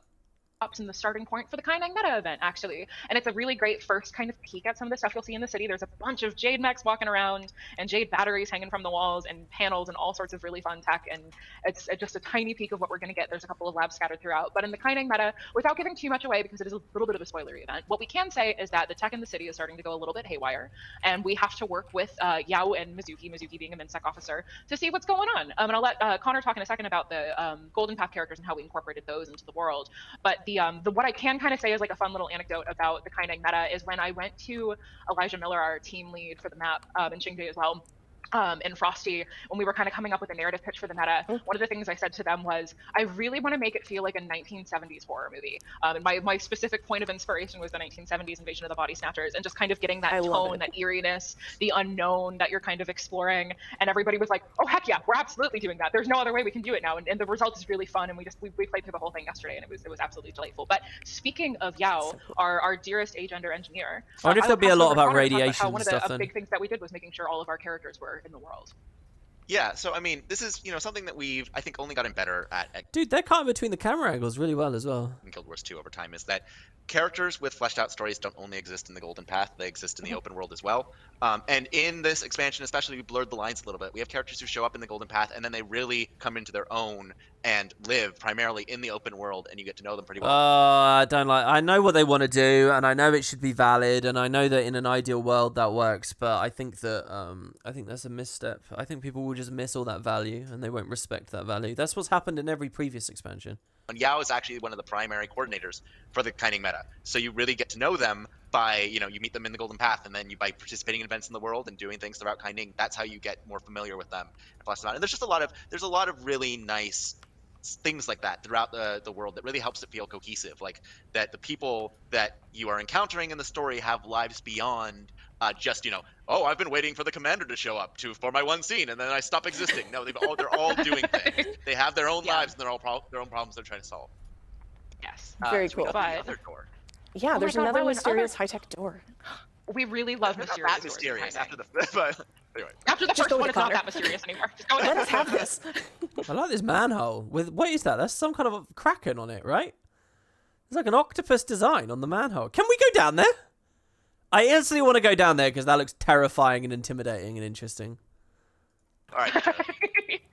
Well, as you can see, What is that? Is that so, they specifically looked at that and didn't talk about it? Is this some kind of hint They're all about doing Steve? things. They have their own lives and their own problems they're trying to solve. Let's have a look at this cool. again. Another door. Yeah, there's God, another Rowan, mysterious high-tech door. we really love mysterious That doors. mysterious Kaineng. after the but anyway. After the Just first go with one, it, it's not Connor. that mysterious anymore. Just go with Let it. us have this. All right. Well, as you can see, gotcha. No, it's probably not Steve himself, but I think that is something deep sea dragon-y related. Connor. Welcome to New Kaineng. This is our first peek of the city itself. This is what we get. So New Kaineng, my kind of quick overview, is that New Kaineng. Oh my god! Immediately when I see this, do you know what I want? I want to see like oh my god, what are they called? I want to see like hanging carriages moving along them, irrespective as to whether I'm on it or not. You know, I want to see it feel like it's a dynamic city with movement. I want to see them like bustling around. I doubt that happens. You get a bit of that vibe with the whales, I guess. It was an incredibly exciting map for us to put together, and it was a really unique opportunity to write because being that it's a cityscape, it's also a combat-centric map. So there was a lot of technical difficulties associated with making that function, but most importantly to me, it provided a really fascinating opportunity for storytelling because it gave us a really, really intricate view and opportunity to dig into the lives of the Cantons. Given since the Zaitan disaster, a lot of political change has happened. There you go, zip line it said. Is now a very inclusive city. Work in progress, as everybody is, in kind of when those kind of big social changes happen. But the Luxons and Kurziks have been since integrated back into Canton society. Some of them live here now too. The Tengu, which did not get along with the humans at the time of factions, they have their own districts, which we'll be exploring in a little bit. It's so weird to me that I wonder why they did all that with the Ministry of Purity and set up all that stuff just to come in with Guild Wars 2 and establish the expansion at a place where that's all flipped back again, you know? But kind of the nature of having a map like this allows us to have events that are telling these people's stories and really fun environmental things. And Kaineng specifically is a really big example of what modern Kantha is like. It's the hub of technology. It's almost like a Wakanda, so to say, of Kantha. It's a very cool thing. And as you travel from the lower districts up, you see a lot of social change, a lot of financial change. Jade Tech is an incredibly expensive thing, even though it has been mostly incorporated into the city. Not everybody can afford it, and you get to see a lot of those differences as you travel throughout. I'm right behind you, Connor. I got distracted. That tunnel looked so cool down there. Also, it makes me very sad that they get the Wakanda reference in there. There's no DC fans anymore. I'd rather have said Gorilla City myself. Not everybody. Yeah, look at this. Look how deep that goes. Can afford it, and you get to see a lot of those differences as you travel throughout. I'm right behind you, Connor. I got distracted looking around. Everything is beautiful. I mean, I don't. I'll be right there. There for every corridor that we're going down, there's a bunch of corridors that we're not, that are just as crazy and intricate. So one of the things that I really love about painting, and Indigo touched about this a little bit, is like we have made city maps. Dude, that read just like an Asura golem. What's DC? Get out. We have made big maps that have a ton of events before. To combine them both was a really unique undertaking that honestly we've never really tried to do. The closest was Amnoon, which was a city that took place in an open world map. But even then, like most of the events took place outside the city, and the city wasn't the whole map. Oh, there you go. Look, he's talking about Amnoon. The closest comparison, like inside to scale, that New Kaineng has is Divinity's Reach. But even further than that, because like for example, Divinity's Reach, when that was first made, we didn't have mounts, so we could just have things get smaller to create the sense of scale as they went further up. That's not the case in Kaineng. Everything when you look up is actually there. The things way off in the distance are all built out, and there's a lot of really crazy views that we're going to be able to see. And I just love the fact that, I mean, like this is obviously very different from what anything in Guild Wars that was in Kantha and Guild Wars 1. But one of the things that's lovely about this expansion, dude, it's so much bigger than the trailers made it seem. Look at that thing. Especially when compared to the other previous expansions, is the fact that every one of these maps really has its own personality. We have Xingye, which is very much more like what we experienced in Guild Wars 1. We have the Jade Sea, which is a holy site in many ways. It's been affected by this need for Jade technology. The depths, the twisted depths of I was about to say Maguma, but we do have those, but the twisted depths of Echovald. And then Kaineng, which is really, let's take all these Jade tech elements and just amp them as far as we can go, and that because this is where all the tech is developed, this is where people are integrating it into their everyday life, and just having this one spot that has this really distinct, like this is all the it's everywhere, and I just love it. I love it. Yeah, I do too. Yeah, one of the really cool things about Kaineng is that love the color of the water. One, it's an entirely new city. It was built just to the south of where the old city used to be. Over top of there was some. See, it's not going to be entirely new, is it? Because there was city to the south of the city. There was city everywhere. Every bit of the coastline was city already, right? I mean, what are you telling me? That this is all in the Maishang Hills and that's it? Some Naga swamps, unclaimed territory, some Tengu territory. So there's a little bit of political drama with taking up this land to build this city, and we touch on that in some. Sorry, someone in the live chat just says, I don't like that you can barely recognize Guild Wars 1 Kaineng. I don't really think that's a very valuable take, to be honest. On the one hand, I get the idea of just wanting to see Guild Wars 1 areas with better graphics. But I don't know, that only gets you so far. Look, if you like Guild Wars 1 Kaineng, Guild Wars 1 Kaineng still exists. Yeah, it looks dated now. But, if what you really want is Guild Wars 1 Kaineng looking better, what you're asking for is a Guild Wars 1 remake. This is Guild Wars 2. It's got a different story that they've written in a different direction. They've gone with another aesthetic, an aesthetic with its own merits. So, just enjoy this bit. And if you still feel that pang, maybe it's a different project you want altogether. And it's not wrong to want a Guild Wars 1 remake or whatever. It's not wrong. But, you gotta realize what's the smart thing to put in each way. And again, I think the truth is, I don't know this, but my guess is this fueled out of a passion to do something new? Probably. But it's probably also out of necessity, because it's just so hard to do what Guild Wars 1 was trying to do with better fidelity and, more scrutiny. So collections that you can find throughout the world. But given the nature that it's an entirely new city, we built it to kind of reflect a really specific story. So there's 3 different layers to it. It's an incredibly vertical map. The bottom layer is a little bit more poverty struck, where we were when we started. Well, let's go there. Let's see it. you see more wealth. So the middle districts in Kaineng are kind of like the San Francisco of our world, where it's tech is starting to become more prevalent. There's a lot of growing pains associated with that. People are now competing with technology for their jobs. But then as you start traveling up to the very top, it gets very opulent and airy, and the music is beautiful. And that's, of course, the wealthy district. They want for less. There's gardens, it's lush, it's beautiful. Technology is widespread since JTech is incredibly expensive. But yeah, so what's this icon here over this? That was a really cool opportunity to really dive into. Kaineng is its own story outside of the rest of the expansion. Like every map is its own story, like Connor said. And this was just a really cool thing to make a hub of technology that was unlike anything else in Tyria. But speaking of the lower districts, I think our next stop, we are actually going to be traveling over to Cobble Ward, which is the Tengu district in New Kaineng. And so the Tengu, just to that loading screen was cool. That's actually what I used for my thumbnail for today's video. That's our race of bird-like creatures. I always hate making thumbnails. I hate doing this stuff where it's like, I don't know, trying to attention grab or whatever. But also the annoying thing about thumbnails is I put my ugly text and potato character over what is really, really lovely art. And I'd rather you guys just look in and enjoy the art. But we'll see enough of it on the loading screens. Have taken over. Oh, look at the fish. The school of fish. That's awesome. That reminds me of in 14 when you're in those like, God, what's it called? In the Ruby Sea.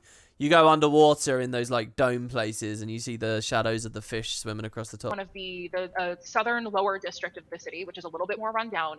And which is also serves as a renowned heart, which Connor will go over in a second. But we are helping a community leader named Strigaday and helping clean up this part of the city. Because not only the Tengu, but a lot of people in Kantha and Kaineng as a whole, given that they've gone through so many social and political changes, care very deeply about keeping everything in working order, keeping it a very inclusive, welcoming place. And the Tengu who haven't really had that in a long time, especially not integrated into larger Kanthan society, it's really important to them that Cobble Ward is a peaceful place. So even though it's in the lower districts, and there's, and I will note that there's Jade Brotherhood presence in the city as well as maybe a tiny bit of undercover purist activity. Not saying too much, but it's not the safest place. But it's one of. So it seems like they do still have big plans and interesting ideas for the purists. It's Strigaday's goal, along with her comrades, to make it a better place. Another really cool thing that we did with some environmental storytelling down here is that since Jade Tech is very expensive, they have steam-powered generators and other steam-powered tech. One of the activities that we do in the heart is to help patch those up. But the heart does something really cool for the expansion as well that players might appreciate, especially ones that are newer to the game. And I will pass it over to. So this doesn't really look that impoverished,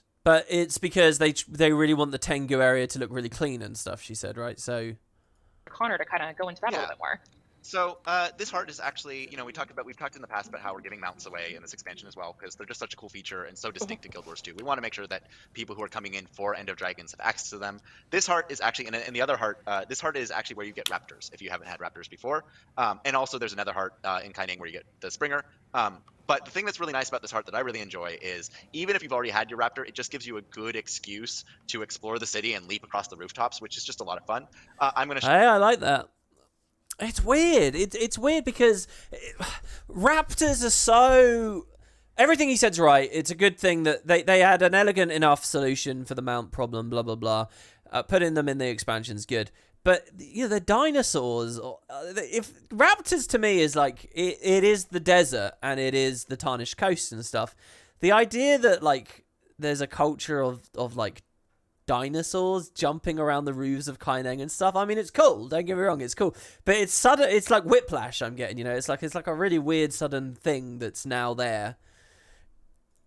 Show the core mechanic of this heart quickly. If you head over to the supplier Crex, he's got a bunch of crates.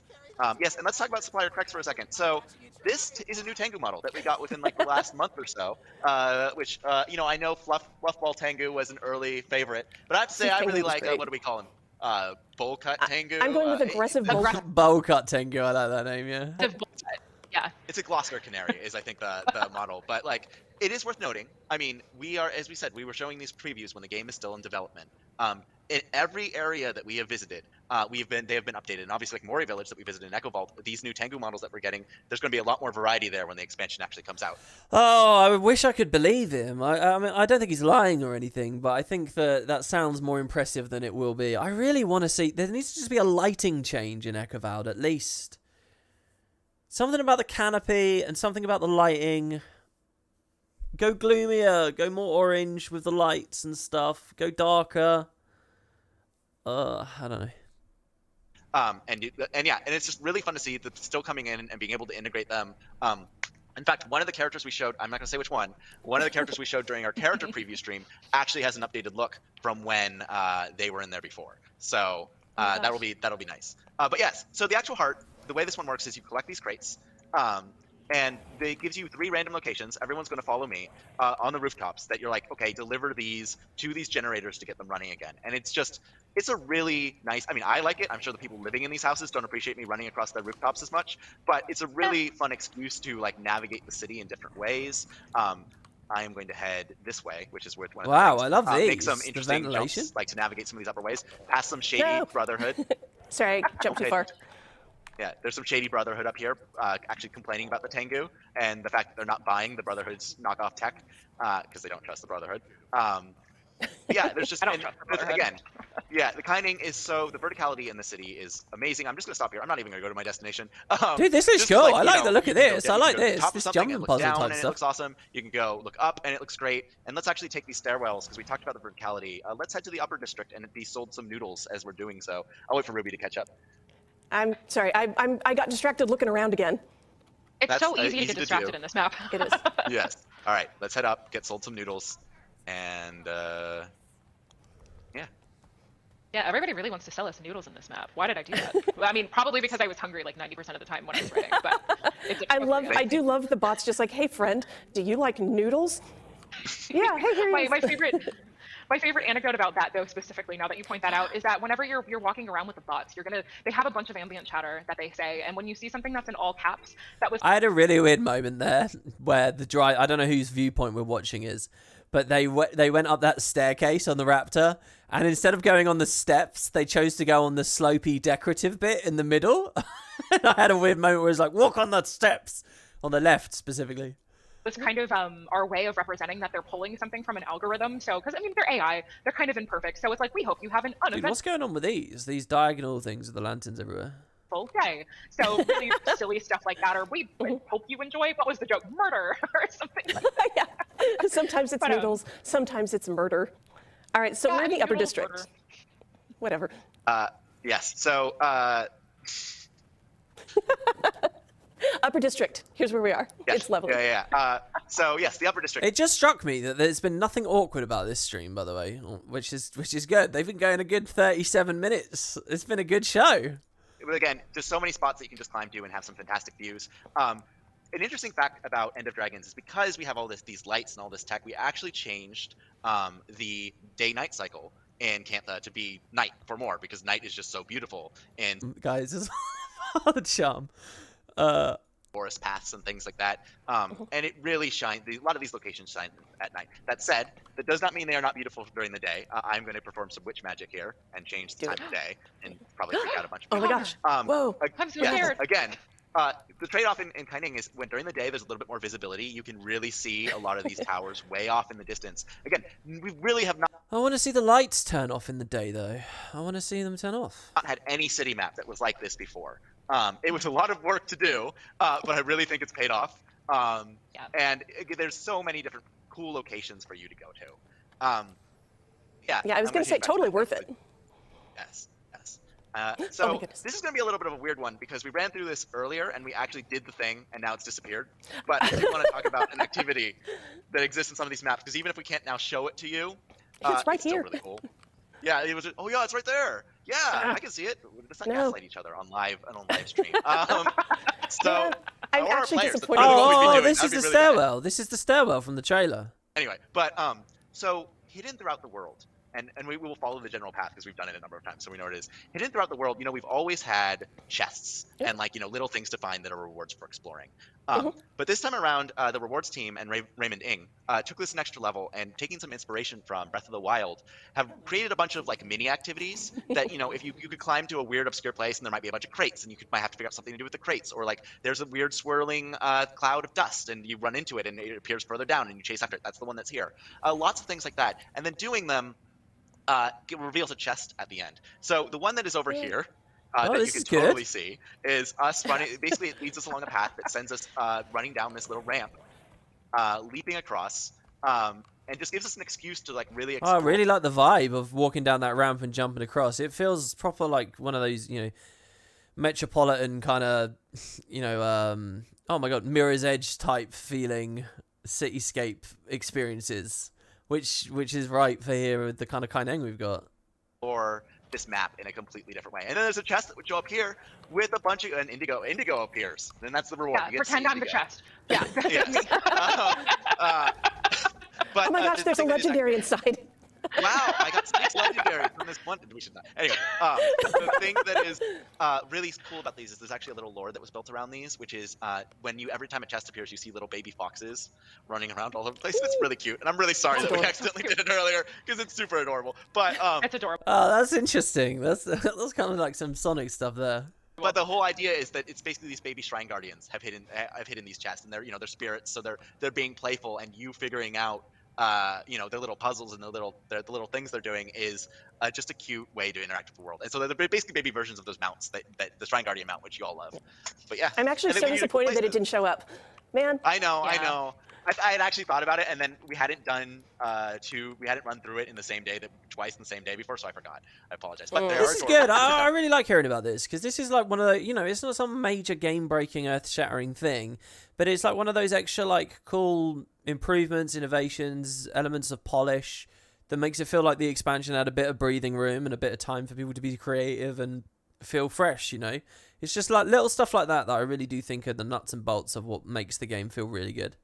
So, and yeah, someone in the live chat said I can use full stop and comma to go frame by frame on YouTube. I did know that, but I'm also a little bit concerned about like the freezing and stuff. But yeah, take my word for it. They can see it for themselves very, very soon. Yes, it's true. Yeah. It's not that far off. Okay, so we're looking at that first. Spontaneous letter. Yeah, we'll do that. There's 2 little anecdotes that we have up on good. We get the lore UI. Don't forget that this was a Season 4 implementation. We have still never actually seen an expansion land with this feature as a part of it. Gakai, I might need to extend my stay by a few more weeks. I've made so much progress hiding among the Aether Blades. I'll return to you soon, my love. Give Jury a kiss on the cheek and Malchin a big hug. We'll go somewhere quiet when I'm back, just you and me. Yours, Janin. Yeah, this letter that Ruby's looking at it's really eerily kind and welcoming and lovely. But one of the cool things that we did in End of Dragons was that we used collections, and we've been doing this in the game for a little bit, but in End of Dragons we kind of amped this up, where we're using collections to tell anecdotal stories. Some of these are just like collecting books and letters like players are used to. Some of them get a little bit more involved this time. This is kind of an example of one of the ones that I wrote for Kaineng, where we're just learning about some sneaky individuals. This letter is a little bit of a red herring in the situation. It seems very warm and lovely and conspicuously placed, but it's actually a very eerie story that tells some stuff. I like that it's a red herring because my first thing was what is this code? They're putting a hit out. Give him a kiss on the cheek. Is that the what's that mafia phrase? They're actually putting a hit out on him basically. Oh, there is literally that thing of the kiss of death, isn't there? When they're books in Season 3, you remember there were being books in Siren's Landing. There were a lot of like interactables that gave you a lot of information like books, like the scriptures, but it wasn't the lore book UI. That came in on episode 1 of Season 4. I remember because it was something I'd been asking for and wanted for the game for so long, and I was so happy when it came in. A lot of dangerous information for someone who starts this with, I'm a spy. Here's all my family's names.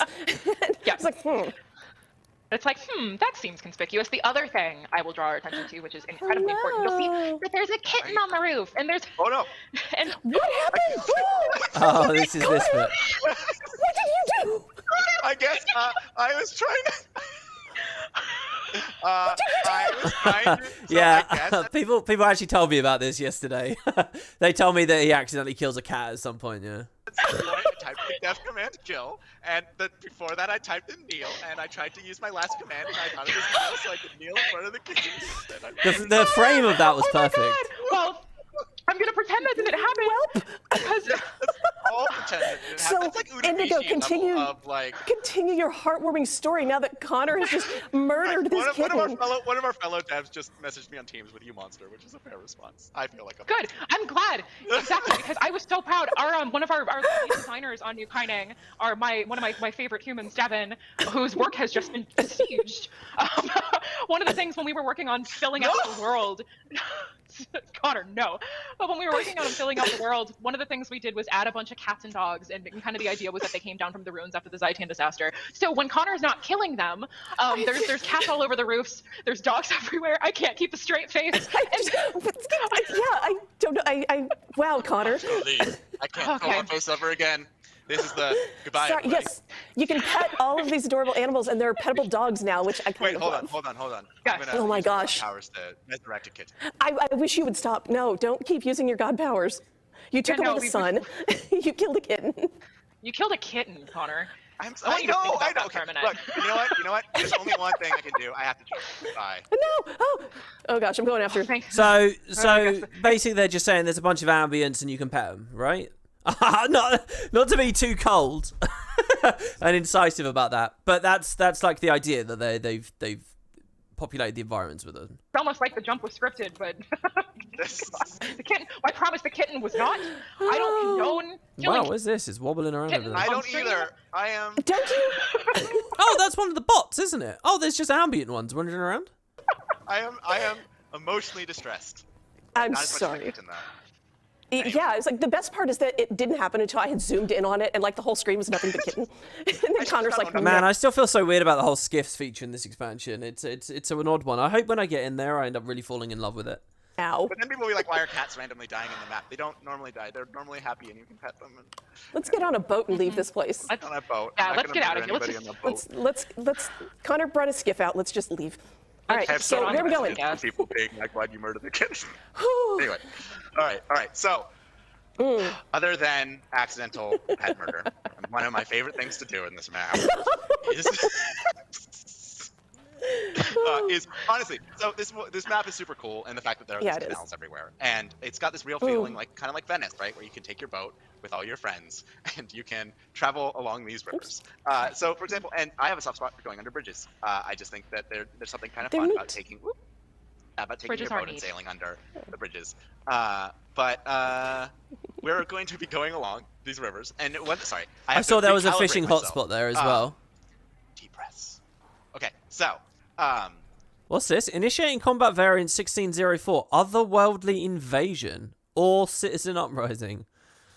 They've prepped for an otherworldly invasion. A lot of cool things to find along across the water. There's kappa that live along the rivers. There's actually a fishing event that triggers here. From their perspective, you might consider the Aether Blades popping out of the mists to be that. Do not think too much about the fact that you can catch fish in the... Dude, these towers look awesome. Oh, no, that's the headquarter building, isn't it? Just from another angle. These canals. Indigo, please. Anyway. Let's go back to talk about the sewage. That is... Yes. Canthan technology is very clean. And it's actually, these rivers there's fish living in them and all these other things. So yeah, it's just a cool place to go sailing and catch fish and go swimming if you want. There's stuff to find in the rivers. Just don't think about, we haven't really established what they do with their sewage. Did you guys hear that story about when COVID hit?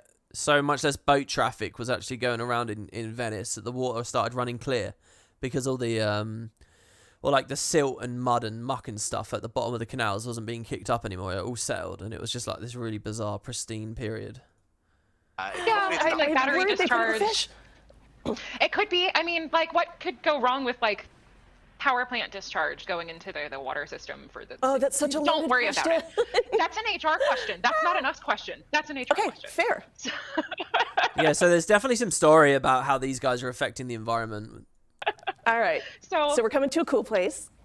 We are. So we are approaching the centralmost district of New Kaineng, which is the Ministry Ward. And the Ministry Ward, aptly named, is home to two really important functions. This opulent, beautiful, giant jade structure in front of us is the Junlei Jade headquarters. And it's such a cool building. It's one of my favorite props. Oh, it's interesting seeing that that holographic asset thing moving horizontally. Like, it really looks like fish there. It's fantastic. Oh, no. That's just because it's the underside of the arch.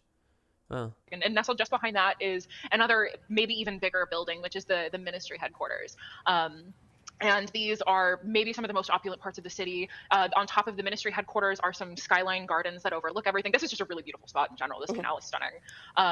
But in front of us, just kind of at the central little hub of the Ministry... I gotta say, this is way bigger and richer and more detailed than Kurogane, which ultimately is just a few walkways and stuff and a little town hub.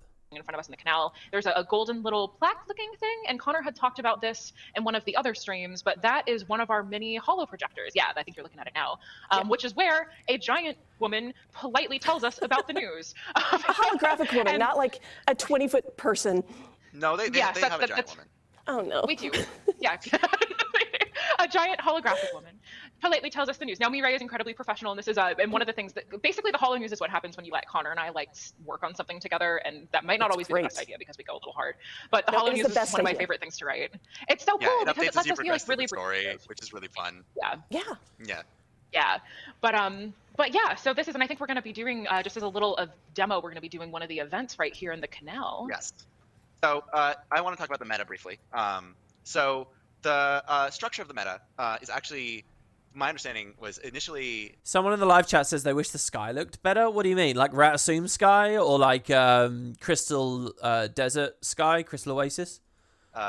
It's basically that there's a bunch of smaller events that get triggered throughout the world, kind of rapid fire.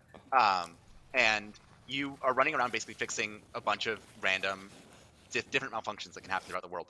My understanding is design-wise, an early inspiration for this was actually the Metal Legion concert, where we had those rapid-fire mini events that are happening all over the place, and you have to go around and fix them up. Each individual event being more simple, but then the fact that you're juggling all these different things you have to do, it turns into a little bit more of a hectic thing.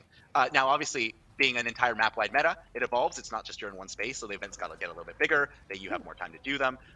But it still has that general feel of like a grab bag of madness that you have to deal with. I love the grab bag of madness. Oh, I love this. This sounds really cool. This sounds a lot like the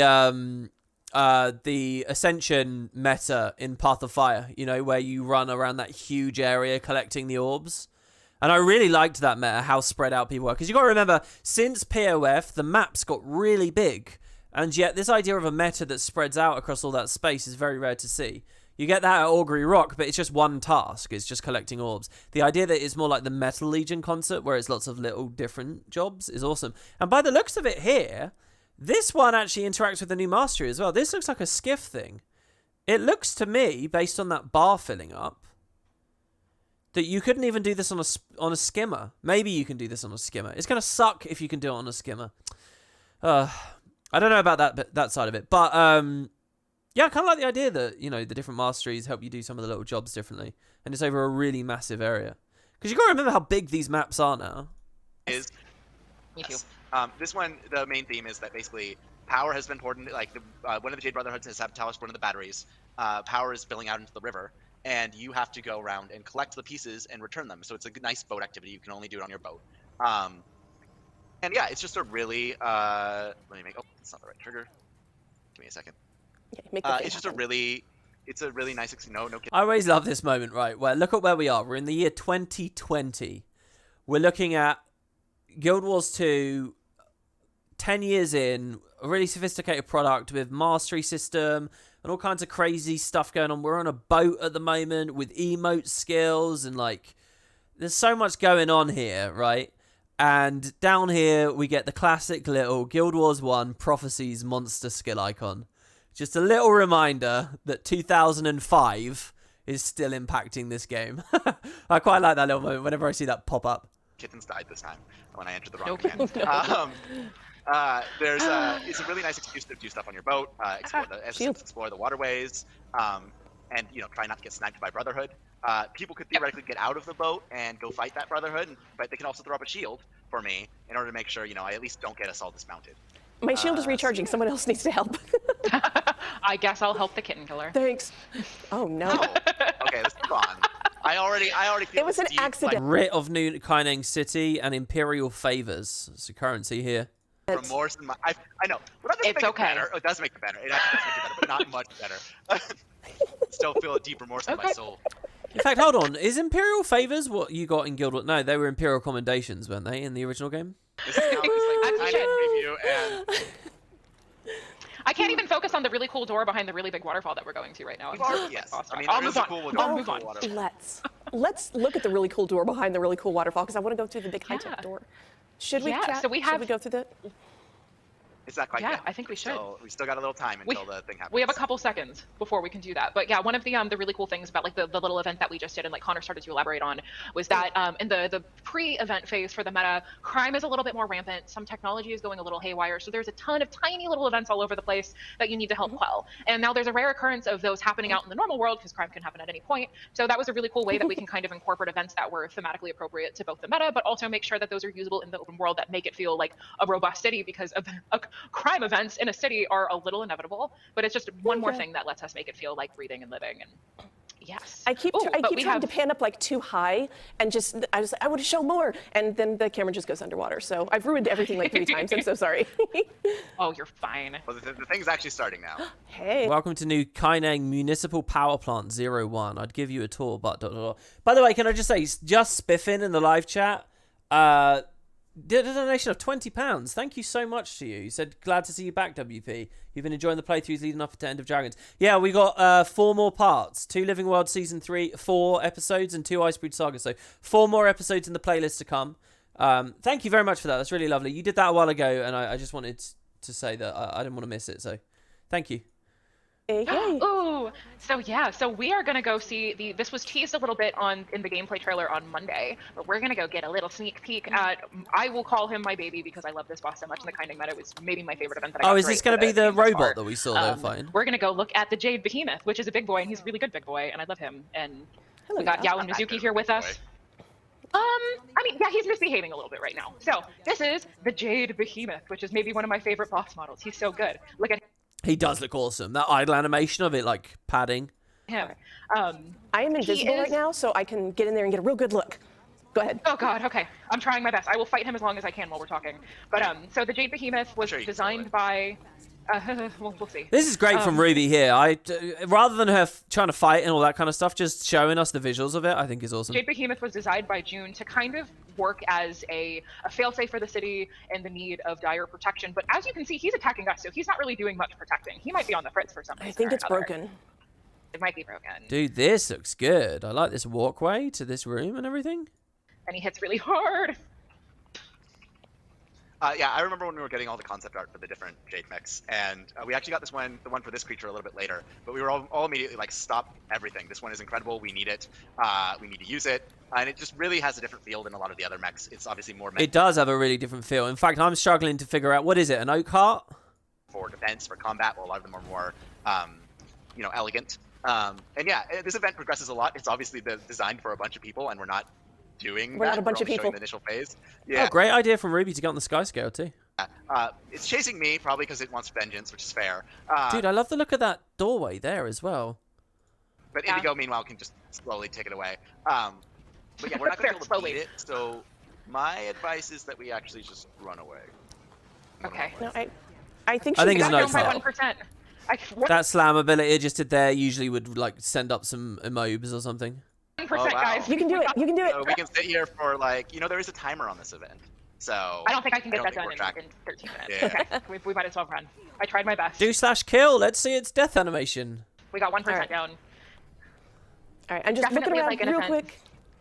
Okay, Do it. I'm coming. I promise. Our meta events. I'm done messing around. A cool, you're fine. A cool note too about our meta events for newer players is that they are map-wide events that are meant to play with as basically upward of 20 people. I know the Kaineng meta, we did a test yesterday with 60, I believe, and it felt really good and fun and climactic. So these are wide-scale events. So while it would be fun for me to sit there and hit it for all 13 minutes before I died, I could not accomplish that on myself. I doubt I could accomplish that on myself. You're good. I don't know if you're that good. I don't know if I'm that. I don't know if anybody's when we that did good. the raid stream together, Indigo is kind of ridiculously good at this game. But She really is. yes, but I'm not that is, that good. let's the event, they're all cowering right now because the meta is up, but let's just talk quickly about some of the ambient scenes that occur in the city, and then I think that's probably a good place for us to wrap Yeah. up. Yeah, just kind of like Connor's been, one of the really great things that Connor's been comparing Kaineng to was... That car looks cool. You can translate the Divinity's bottles, I Reach, think. which has a lot of casual ambience that are just kind of meant to be pieces of conversations that you walk by that tell little stories. And we filled the city with those that make it feel alive. And one of Connor's favorite ambience that I wrote is this incredibly, well, actually, we're being attacked by incredibly angry Jade Brotherhood. I'm invisible again. I'm not. I wanted to look around in peace. Okay, that's fine.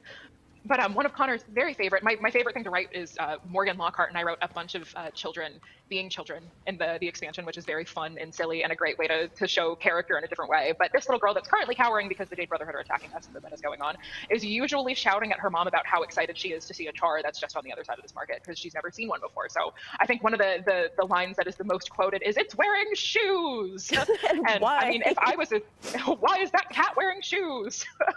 So there's little moments like that sprinkled throughout all of Kaineng that make it feel very reactive, not just to Kaineng itself, but the city's now been opened up to the rest of Tyria. And I like that. There's definitely a lot of dialogue on that kind of stuff. But they're starting to see more people that they've never seen before. They've never seen a char. They've never seen the Sura. Some of them may not have known that those were real creatures. Most of them did, but it's just kind of if that was literature that you encountered or not. But so we get to see the world be incredibly reactive to it, and I'm really excited for players to dig into the city and see not only the events that are happening. Interestingly, she never said Sylvari there. Is that because they're familiar with plant-like entities anyway, because there are wardens, juggernauts, whatever, around still? Last I remember, they wrote some weird, confusing lore there that seemed to like conflate the two. But just get a piece of Cantha as seen through the eyes of the Canthans, which is maybe my favorite thing about this map. Yeah, just to briefly touch on it design-wise, like again, one of the interesting design challenges here is it's a city that people are living in all the time. And yet there's things, the events that can happen. The Jade Brotherhood can get rowdy from time to time. And having the world respond to that, in this case, we had them cower and hide because that makes sense, right? But there's a real incentive, therefore, to try to keep the city safe, right? And so you can explore and see some of these ambient scenes. So yeah. Awesome. Well, thank you both. This tour was super fun. I saw that spinning virtuoso blade there, and I thought, oh my god, what is that? Is that a new holographic thing that's moving around? But it was just a virtuoso thing. Okay, so there you go. So that's the Kaineng stream. Do you guys think I missed anything, or is there anything extra you want to grab out of this? The bowl cut guy was pretty good. Yeah, I think it was all right. It really slowed down the back half of it. They really didn't get much detail out, did they? Oh, they did mention Sylvari, did they? Oh, no, you've deleted your message now. I don't remember them saying Sylvari. I remember them saying Char and Asura. But yeah, okay, so that's Kaineng. We're in the loop with that now. If there's anything... I kind of wish we'd spent a little bit more time at Old Kaineng, actually. And with the Risen. This was one of the more fascinating parts of the whole stream to me. And we got the Harbinger. I guess the Catalyst is going to be somewhere in the main city, probably around the Junlei headquarters, because, you know, it is more Jade Tech stuff. In fact, it's kind of funny. You've got the Catalyst has an orb, a Jade Tech orb with them, and we're going to have a Jade Tech bot. There's a lot of that stuff. They also didn't mention Norn. Well, Norn are just like big humans, so I don't know whether they're quite as remarkable. Norn transforming, though. Hopefully they got some cool conversation with little kids seeing a Norn transform and like it blows their mind or something. That'd be quite cool. The Jade-Bot stream shows a bit more of the city. Yeah, so that's what we're moving on to now. So there are actually two of these. The second one of these, though, the second guild chat, is shorter. And this is specifically about what the mastery does. So I'm equally curious about this. And with the end of this, we are caught up. All right? Though there is a post I want to read on the official forums. In terms of like footage and stuff, we'll be caught up. So let's see how long their pre-show is here. Let's make sure we're at a good quality. Yeah, there's their merch. Okay, wow, oh my god. Oh my god, yeah, it's not going to be that long, is it? Okay, Jade-Bot. I love this music here, by the way. Okay, that's the trailer we already watched. Okay. Today we're going to answer as many of those as we can because we're going to give you a step-by-step walkthrough of everything these little helpers can do, what you can use them for, and how you get them. So. Sorry, in this stream they accidentally leak part of the map. What, the world map? The mini-map? What do you mean? With me today or just an environment we're not meant to see? Our two dev guests to help me do that walkthrough. Let's start with Indigo. Hey, hi. This thing's still a horse here, by the way. Hi, I'm Indigo. I was the narrative owner for the new Kaineng map, and I also helped with a bunch of Can you guys hear that? Can't we hear some other communications underneath? The systems-oriented things for End of Dragons, like the Elite specs, and most importantly, the Jade babies that we're going to talk about today, rather the Jade-Bots more professionally. Awesome. I'm so glad you're here. And Ben, also, hi. Thanks for joining. Hey everyone, I'm a design manager here at ArenaNet. I was part of the team that worked on Jade-Bots. cool. All right, thank you both for being here, and thanks to all of you for hanging out with us. Let's get started with what exactly Jade-Bots are. Indigo, why don't you kick us off from the lore side of this? Yeah, absolutely. So as kind of a high overview for our new viewers too, I'll not only go about bots, but Jade technology as a whole in Cantha. So where we're standing right now, where Ruby and I are in the game, are the first guarded and enlightened thought, which is Oh, one of good, the good, most good. uppermost So yeah, we layers are going to get more, and the bitrate looks better immediately. New Kaineng City, which might sound a little ritzy, and it is. This is a trade show / tech demo for Jinlai Jade. This area is one of our renown hearts, which are activities that the player can do to learn different mechanics, and we'll chat about that a little bit more in a bit, but this one specifically focuses on Jade-Bots. A quick high overview of Canthan Tech and Jade-Bot before Ben dives in. As we've been teasing a pinch, and as some of you might have noticed during the new Kaineng live stream last week, the Empire is filled to the brim with Jade technology. Jinlai Jade is a tech mogul of the world, and it's going to be introducing a lot of really cool new things to Tyria. All of this tech is powered by a resource called Dragon Jade, which is magically infused Jade left over from an event there's one there. called the Jade Wind in Guild Wars Factions, which happened when Shiro Tagachi was killed, and Oh, he it's basically called petrified Indigo. everything in sight. Really tragic event. Definitely recommend reading up on it. So you can customize their names. Just to be clear, there really is no blog post. There's no text equivalent of this stream. There's no blog post that lists out all the facets of the mastery. We'll learn a little bit more of it in End of Dragons, but Dragon Jade powers just about everything you see in Cantha. This is interesting as well, the hologram with the spinning symbol. There are holo projectors telling you the news, zip lines, wink, wink, wink, wink. We'll talk about those in a second. Giant whale holograms that Ruby, Connor, and I screamed about last week, and a bunch of other super necessary innovations that are meant to help kind of streamline the day-to-day in Cantha. But speaking about the day-to-day, Jade-Bots, they're great, they're cute, they're my favorite thing in the world, they're just adorable. But most importantly, they do aid the day-to-day of the Canthans. Now, as posed in Kaineng, Jade Tech can be extremely expensive, though getting your own bot is not. It's tied to story. We'll talk about that in a second. But for the people of Cantha, it can be a pretty hard technology to obtain, and it's often found in some of the richer districts as you travel up in New Kaineng. You'll see them in Ackerwald, you'll see a couple in Jade C and Xingje as well. But they're used for all sorts of things. They're namely used for public transportation. They're kind of a key to the zip lines and teleporters. They're used for security purposes too. Some of our super observers may have even noticed in the Kaineng stream last week when we were in Kabul Ward, the Tengu district, the bird race in Cantha, that they were using Jade-Bots to kind of help identify some Jade Brotherhood threats that were lingering in the area, and that's a part of Now in Heart. So there's a bunch of different uses, but I know players are really excited to learn about what all these things can do, so I'll pass it over to Ben, and we can just start digging into them a little bit. Yeah, there's kind of three different big parts to the Jade-Bots. There's the in-world interactions that people can do around Cantha, stuff like Jade batteries, turrets, and so forth. There's the skills you get and the abilities you get from the mastery track, and then the big part for me is the actual equipment slots that Jade-Bot adds, power cores and the 2 different module slots. Awesome. Okay, so we're going to jump into all of those.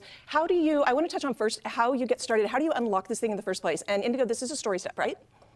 Yeah, absolutely. So when you start on the End of Dragons story, eventually you will get to a pretty early on story step where you will get your own bot. One of our characters is going to lend one to you, no spoilers, and you're going to get to keep it. I feel like being the commander should come with some perks. So you get your own Jade-Bot, and it all just kind of... So the question becomes, who lends us a bot?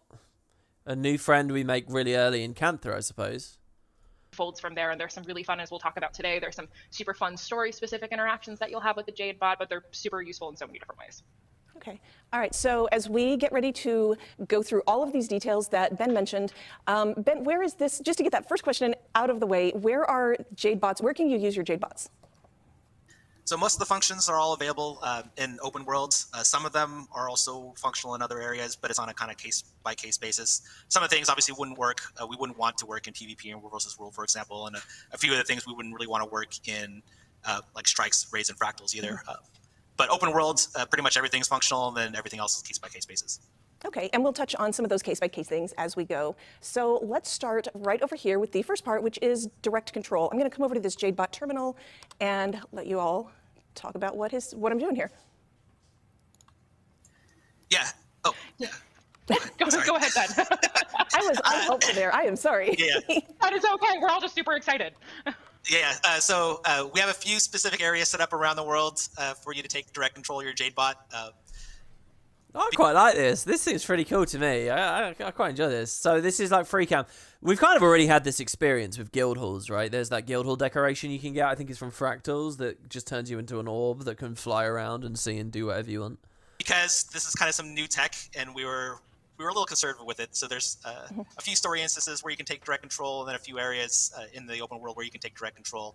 But then your Jade-Bot can fly around and do a bunch of stuff like interact with these lanterns and stuff like that, or take cool screenshots. Yeah, this is I love that action cam toggle as well. It's nice to see they're not forgetting about action cam. awesome for open world screenshots, just for getting like those beauty shots of the world. And I'm going to be a little bit careful not to go. Hold on though, what do you mean getting the beauty shots of the world? There's a drone in the middle of it every time. Can we hide ourselves? Can we first person as this thing? Up too far. Ben, I will let you talk about this. It is a little bit limited. You can't completely traverse Cantha from a single terminal. Yeah, we have a few boundaries in place to make sure you can't fly absolutely anywhere at this time. There we go. Just because there's just so many areas that you could probably get to that we don't want people to necessarily see. But it's a pretty, as you can see from this one, this area, the area is pretty large that you can fly around. Oh, and you can. Oh, yeah, it's integrated with the heart. Then you can actually you can light these up using the drone. So it has gameplay use as well. Light up this Jade Lantern. This is now Indigo. You talked about this with me earlier. This is kind of a training area, right? Yeah, absolutely. So we set up this renown heart as it's actually one of my favorite renown hearts because you're not really fighting. Well, there is Oh, maybe it's the only place where you can do this. fighting in it, possibly. But most importantly, it really just kind of helps you get into the motions of picking up jade batteries, using them to light the lanterns. There's some zip lines in the area. A lot of the NPCs give you some cute little info on the Jade-Bots. When I was writing this event, I kind of wrote them all like Apple Genius Bar workers, so they're all super enthusiastic and want to tell you about Jade-Bots all the time. They're salespeople. They're doing their job. But yeah, there's a bunch of different activities unrelated to Jade-Bots. If you're not interested in that, there's also just kind of another Jade Tech homage. There's some training panels too where you can fight some of the Jade mechs, which by the way are some of the most terrifying things in this game. They're super cute, they're friendly, but when they want to fight you, it's scary when they come running at you. But most importantly, yeah, it's scary. I watched one like drop from the sky and land like a superhero and then came running at me the other day, and I was like, that's when I screamed. Oh, it's very scary. But yeah, this whole area is it's just a gorgeous opulent garden that's just meant to really like encourage you to explore and get in your Jade-Bot in the drone mode and look around. So lots of exciting stuff.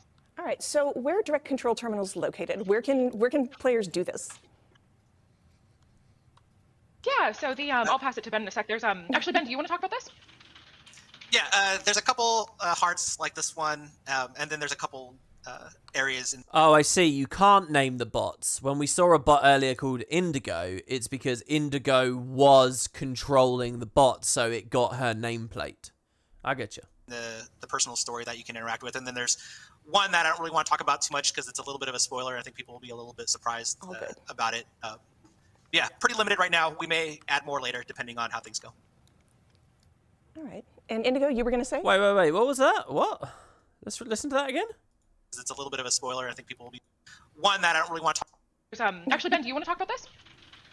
Yeah, there's a couple hearts like this one, and then there's a couple areas in the personal story that you can interact with, and then there's one that I don't really want to talk about too much because it's. Okay, so there's a few areas in the game that you can use the bot, like this heart. Some are in the personal story, and one in particular he won't mention because it's going to surprise us in a spoilery way. Does anyone have the foggiest idea what that could be? I haven't got a clue. Something around one of the big stories, obviously. Oh, I know what it's going to be! I know what it is. I'm calling it right now. I know exactly what it is. It's Blish. Blish is in this expansion. We're going to control Blish. The Aether Blade's got Blish out of the mist, and we're going to control Blish at some point in the story. That's my guess on that one. It's a little bit of a spoiler. I think people will be a little bit surprised about it. Yeah, pretty limited right now. We may add more later depending on how things go. All right. And Indigo, you were going to say? Oh, I was just going to say it's one of my favorite things about these locations, even though right now it's quite limited using these panels in the drone areas, in both this our area in the garden and then one of the other open world occurrences of it. There's just a really great opportunity to get to look at the environment and take some really beautiful screenshots and test the boundaries of how far you can fly a Jade-Bot. All right. Well, let's go ahead. I'm like preparing for this next part. I'm getting up here as high as I can. Let's go through the mastery track. And Ben, will you walk us through these? Timey gets turned into a Jade-Bot. There's no miracle cure. That's possible too. Or you control Scruffy 2.0 or something. Yeah, they're on the table as well.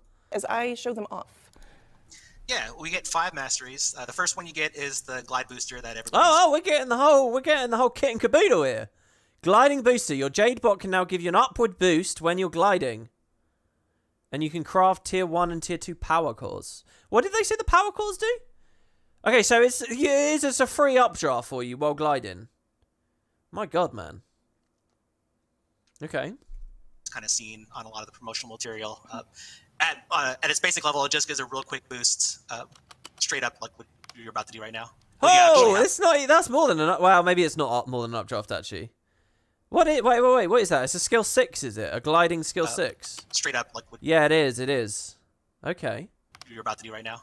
Well, you actually have the enhanced version, but I think by default they don't go quite that high by default, but it's irrelevant, man. There's no point talking about the 1 week experience. It's just a fun way to get a little extra distance out of your glide. And if you're really good with the timing, like I've kind of practiced a little bit of going on the mount, gliding. Okay, so yeah, fishing, skiff, Jade-Bot, Arborstone, Turtle Mount. It's an okay offering. It's an okay is how I describe it. The fact that Jade-Bots exist as well has bumped this from a very meh part of the expansion to just crawling over the line for me. They've just crawled over the line. I think Elite Spec side of the expansion is still under the line for me, but hey. Okay, so we get 1 boost. Boosting up and getting back on the mount to just get that little extra altitude is kind of fun. All right, you can super take advantage of that then. Yeah, for sure. All right, let's look at this. So that's the first one you get, and then the next Okay, multi-charge. Your Jade-Bot can now carry up to 4 energy charges at a time. What do energy charges do? 1. So multi-charge doesn't give you an actual skill. This allows you to carry more Jade energy charges, and kind of what those are is your Jade-Bot can store energy for interacting with objects in the world, like the turrets and the Jade Tech teleporters and the boon consoles. A lot of the stuff actually requires. Oh, the bot comes into the battery, takes the energy. He now has 2 stacks, and you can use those stacks to do stuff like turn on a teleporter, use a zipline, and so on. I say, okay, so there's actual game. It's not just this mastery allows you to press F on things you couldn't before, like rot wallows, right? It's not just that. It's sorry. I said rot wallow there. I mean, you know, the wallows that you swim through in Heart of Thorns. It's not just this mastery allows you to press F now. It's this mastery actually has gameplay. There's decisions. There's a little bit of strategy. What batteries you use and where. They can play with that in a lot of meaningful and fun ways. I like that. I like that a lot immediately. It looks like a good mastery to me. Requires energy, so your Jade-Bot can gather that and then transfer it into those other objects to power them up.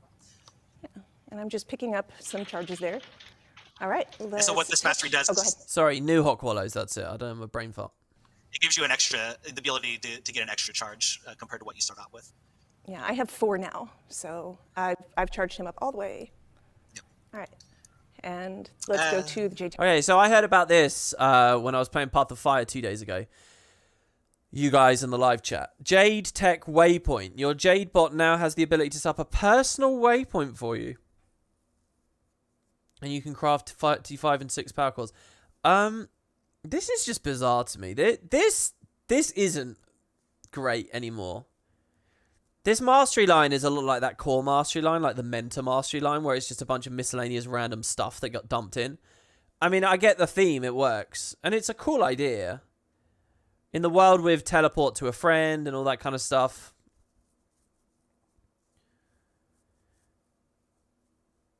It just seems really gimmicky and in some ways possibly quite broken. I don't know. It's a thing. It's padded it out, so.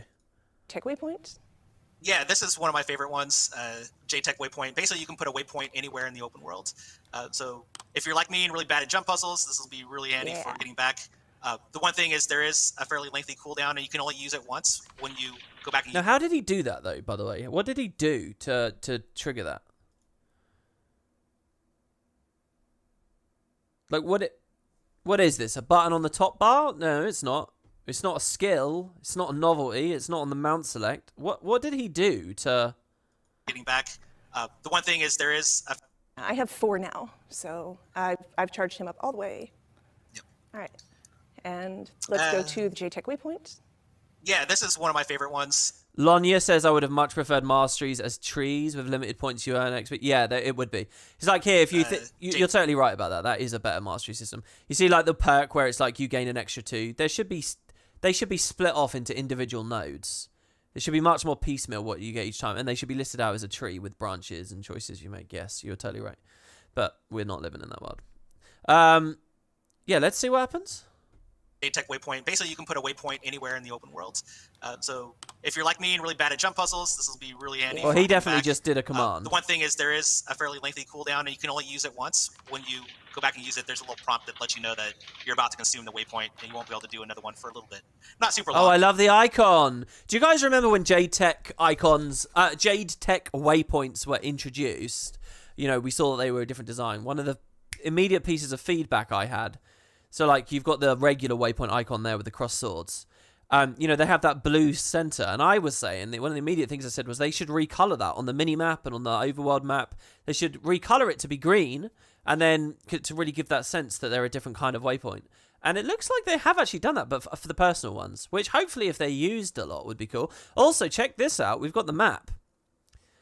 So there's some new UI here on the bottom right. Naxi Bay. So this is some of the destroyed city. POIs, some kind of event. Badal Hill, Garden Heights. But you won't be able to like use it to like spawn rush boss encounters or things like that. Over and over and over. Yeah, because it behaves pretty much like any other waypoint where if you're downed and you use it, it'll bring you back. But we don't want people to be able to obviously do that over and over again on a boss encounter. Yeah. Oh, sorry, Liz's face was covering the new UI there. It was just some weird icons. Don't worry about it. That absolutely makes sense. Yeah, and like I said, only available in open world, no PvP, world versus world, story instances, anything like that, where you could potentially break things pretty badly. Actually, you know what? I do want to just back up because there is something that I am sure people have questions about. When we were talking about multi-charge and charging up your Jade-Bot, you, and Ben, you can confirm this for me, you will always have a battery, a way to charge available in the map where it is needed, correct? You're not going to have to travel halfway across the world to get a new charge. No, they shouldn't be too far. No, but you can do that sometimes. Play the game. Do you know what I mean? As in, like, there's some fun experience to extract out of that sometimes. That, like, you can have Easter eggs and secrets and cool stuff making people do bizarre stuff. The charge is pretty plentiful. The one thing is the Jade-Bot charges won't stick with you on map movement. This is for a couple different reasons I won't go into here, but anywhere where you'll need one, you should be able to find one. Sometimes they're specifically limited. A lot of the story instances might specifically limit the number of charges in the map for puzzle reasons. But yeah, anywhere in the Canthan maps, you should be able to readily get charges. All right. That works. I want to go on the zip line. Sorry for interrupting, but I did want to cover that question because I want to make sure we're telling all of you as much as we possibly can. So how about energy efficiency? Okay, your Jade-Bot now gets 2 charges from batteries to a maximum of 4. Your Jade-Bot, which we've already been seeing they've been getting, your Jade-Bot can now gather charges from from zip lines. Oh, wow. Okay, so zip lines are free then, I assume. Let's look at that one. So energy efficiency lets your Jade-Bot get extra charges from batteries. Usually you just get one, but this lets you get another one. The other kind of cool thing it does is that on zip lines, your Jade-Bot will actually gather energy charges from the zip line now. You can use zip lines without charges. It's not something that costs anything, but if you have that mastery, your Jade-Bot will actually gather charges while you zip. All right, let's go. Nice. This seems like a good place to talk a little bit about transportation. Dude, they've got to have, that looks cool as hell. They've got to have a really long zip line somewhere. They have to like have some epically long like grind rail that goes like all the way around the city. I want to feel like I'm playing Jet Set Radio Future here. Okay, that would have been much more fitting in an old Kaineng aesthetic.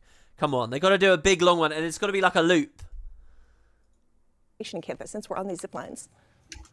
Heck yeah. So there are the zip lines and teleporters all throughout Cantha to kind of help better society navigate these sprawling landscapes, which is especially pertinent in New Kaineng. Because the citizens, I mean, I'm sure that mount license for normal Canthan citizens are really expensive, so they need a way to be able to navigate all of these districts so much easier.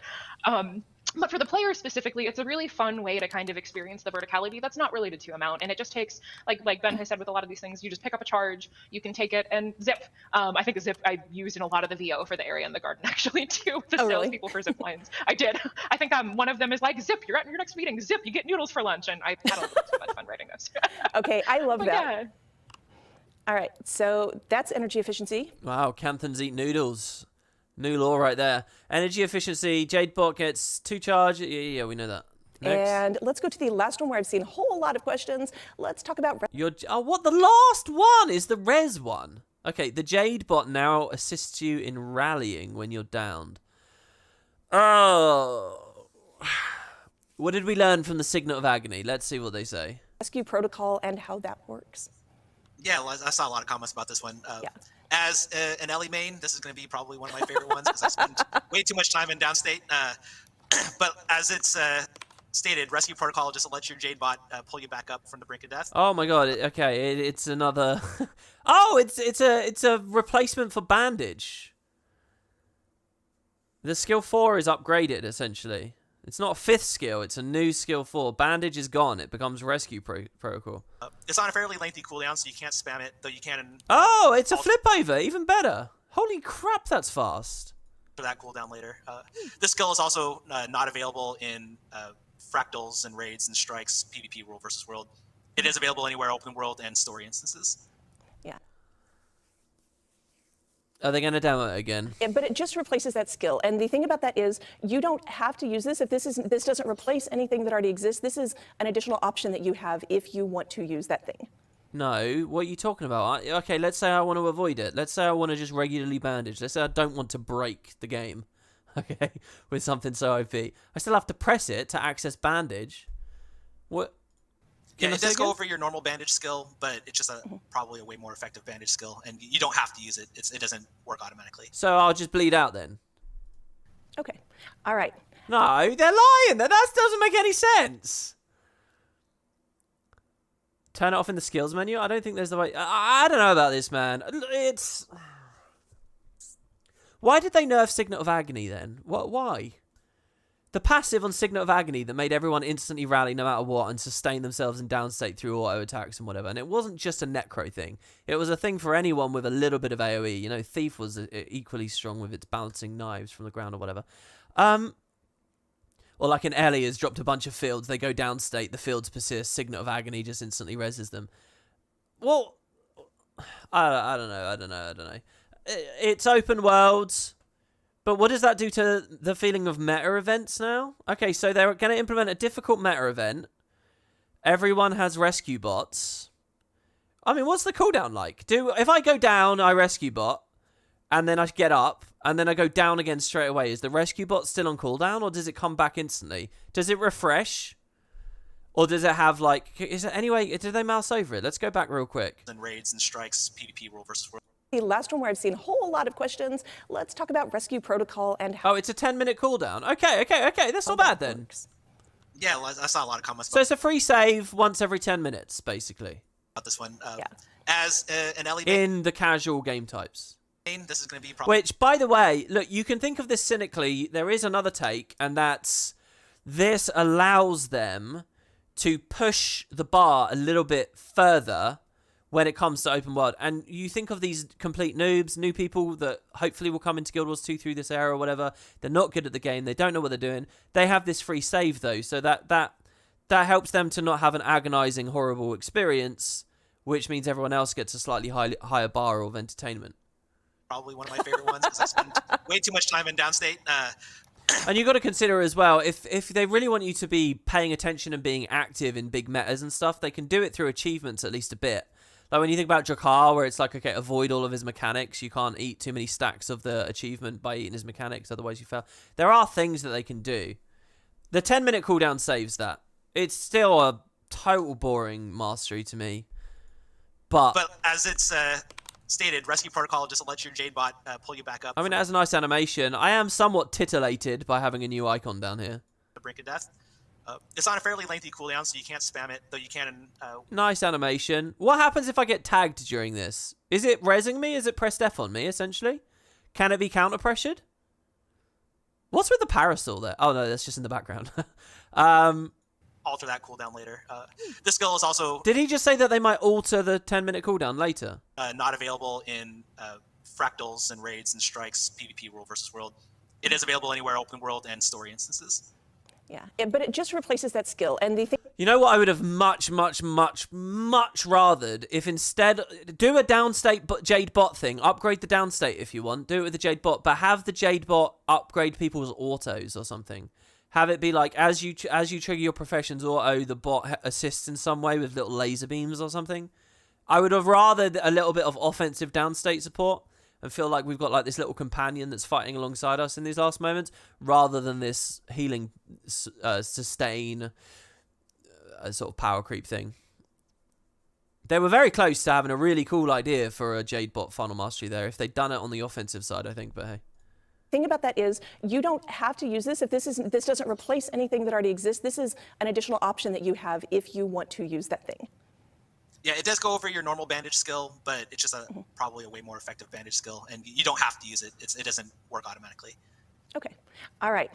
If you two are ready, I want to move on to the part that I am super excited about, which is customization of your Jade-Bots. That's something that There you go. You can customize it.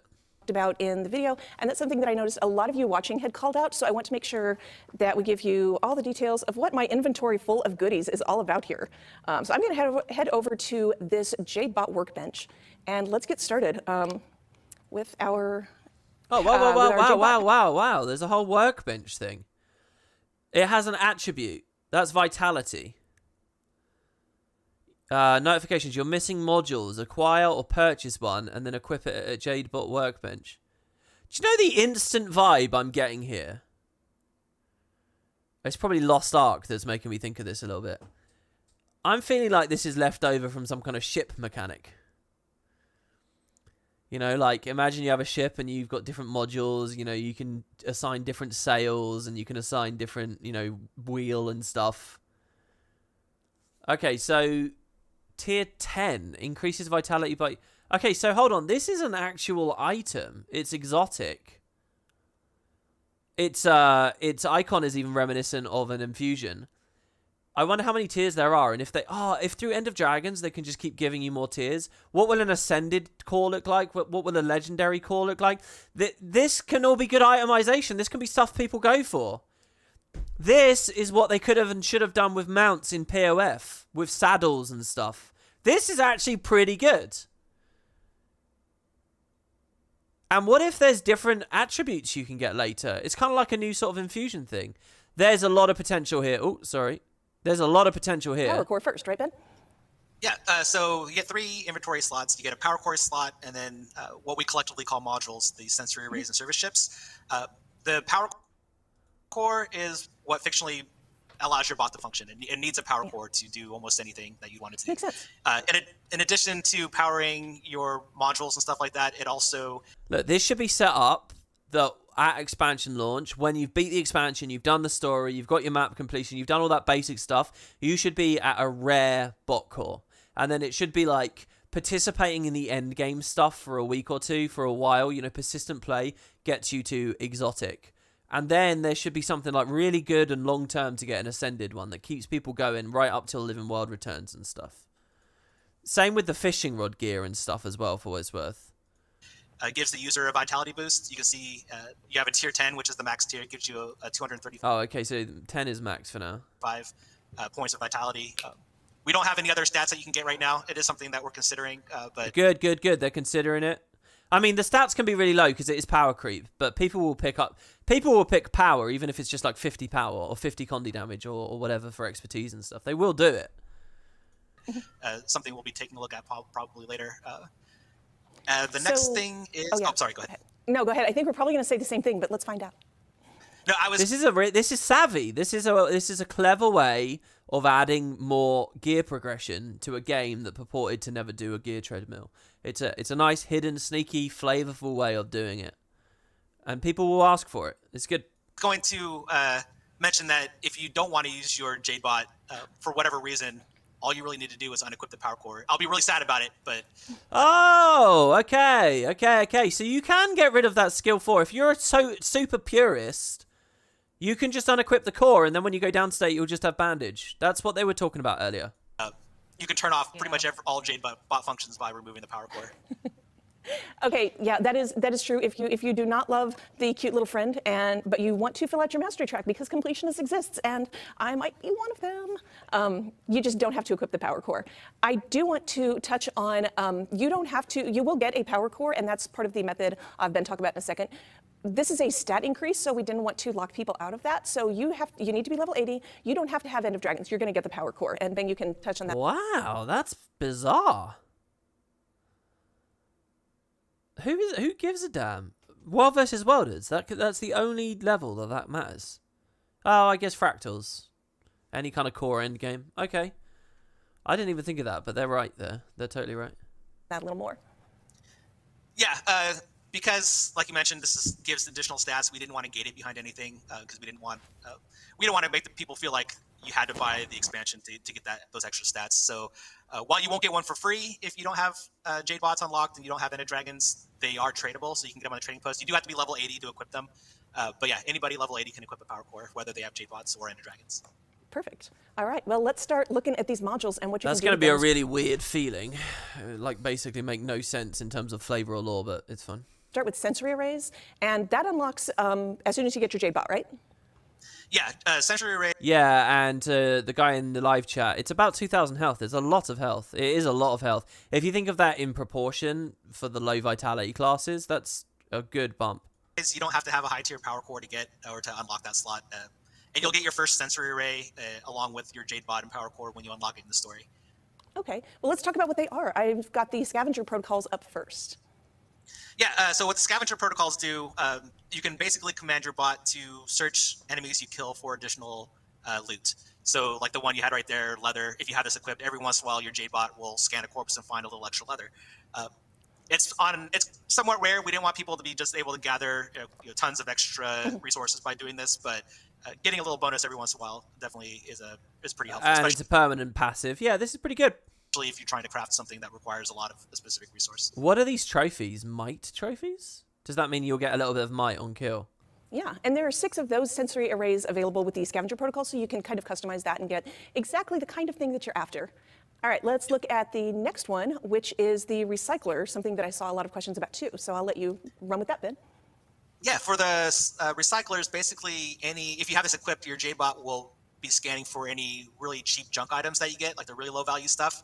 And as you get it, it'll just transform it into whatever you ask it to. So in this case, Bloodstone Dust, Dragonite. I think what most people will probably end up using is you can get Karma from it, or for me, the most interesting thing is the Jade Slivers, because that's actually a new currency that you can go to a vendor for and get useful items from with these slivers. Nice. Yeah, and this doesn't replace it's kind of like the rescue protocol. It doesn't replace things you already have. This just ensures that the low value junk items turn into something that you specifically want, and we're giving you that choice. So there's a part of this I don't like. Can I not have a recycler? Can I have something else? Because I don't like value being lost, right? So, like, junk items, a player, the pragmatist, the player is just thinking, this equals this amount of gold. I click the sell junk box in the UI, and that's it. It's gone. It doesn't matter to them. That's like the pragmatist player. And unfortunately, a lot of MMO players end up in that place, in that mindset. And for them, this is all good.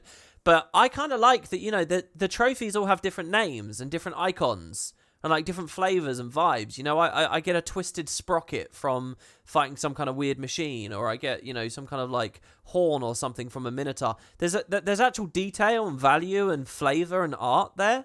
And what, do I just not see that anymore? Because none of that's ever in my... It just disappears and is instantly traded into Dragonite. The game is less wide at that point. There's a bit of flavor lost, which I really don't like. Again, pragmatist players are just going to call that unnecessary nitpicking. But if I can choose to have something else so I can have all the flavors remain, I'd rather that. So what are these last 2 boxes? Yeah, the higher value... Hopefully they're not recyclers, but they go in the recycler slot. Junk items, we didn't want to have it recycled, mainly because, for most cases, you'd probably rather have the gold when it's really high value. But, it's meant to be just the really small junk items. Mm-hmm. All right, so that's those 2. Those... let's see, recycler and scavenger protocols, Ben, where all are those available? Because this is one of those exceptions we talked about. Yeah, those actually work in World versus World. That's kind of the one exception for a lot of for things that work in World versus World. A lot of this other stuff doesn't. Like the Power Core stats are only available in PvE. They're not available in World versus World.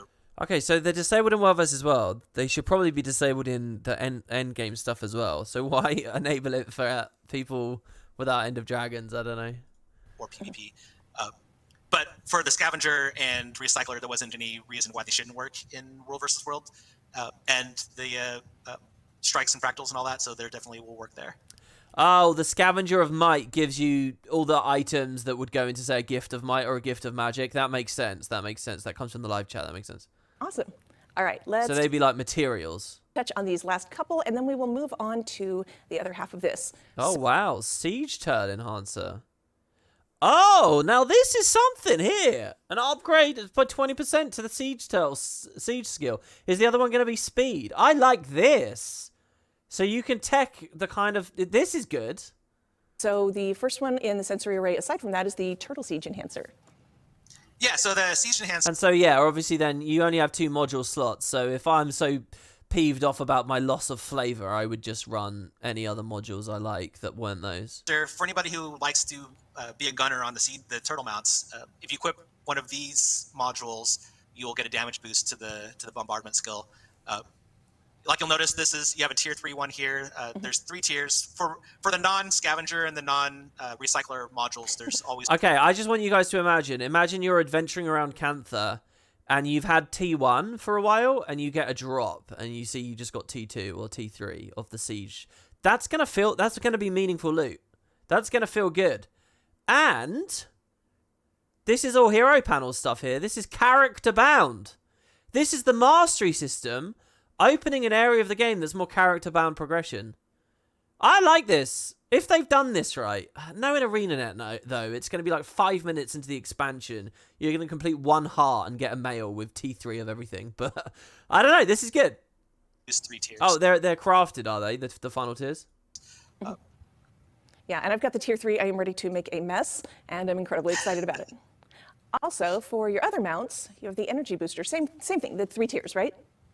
Yeah, 3 tiers. What crafting line is making all this stuff then, by the way?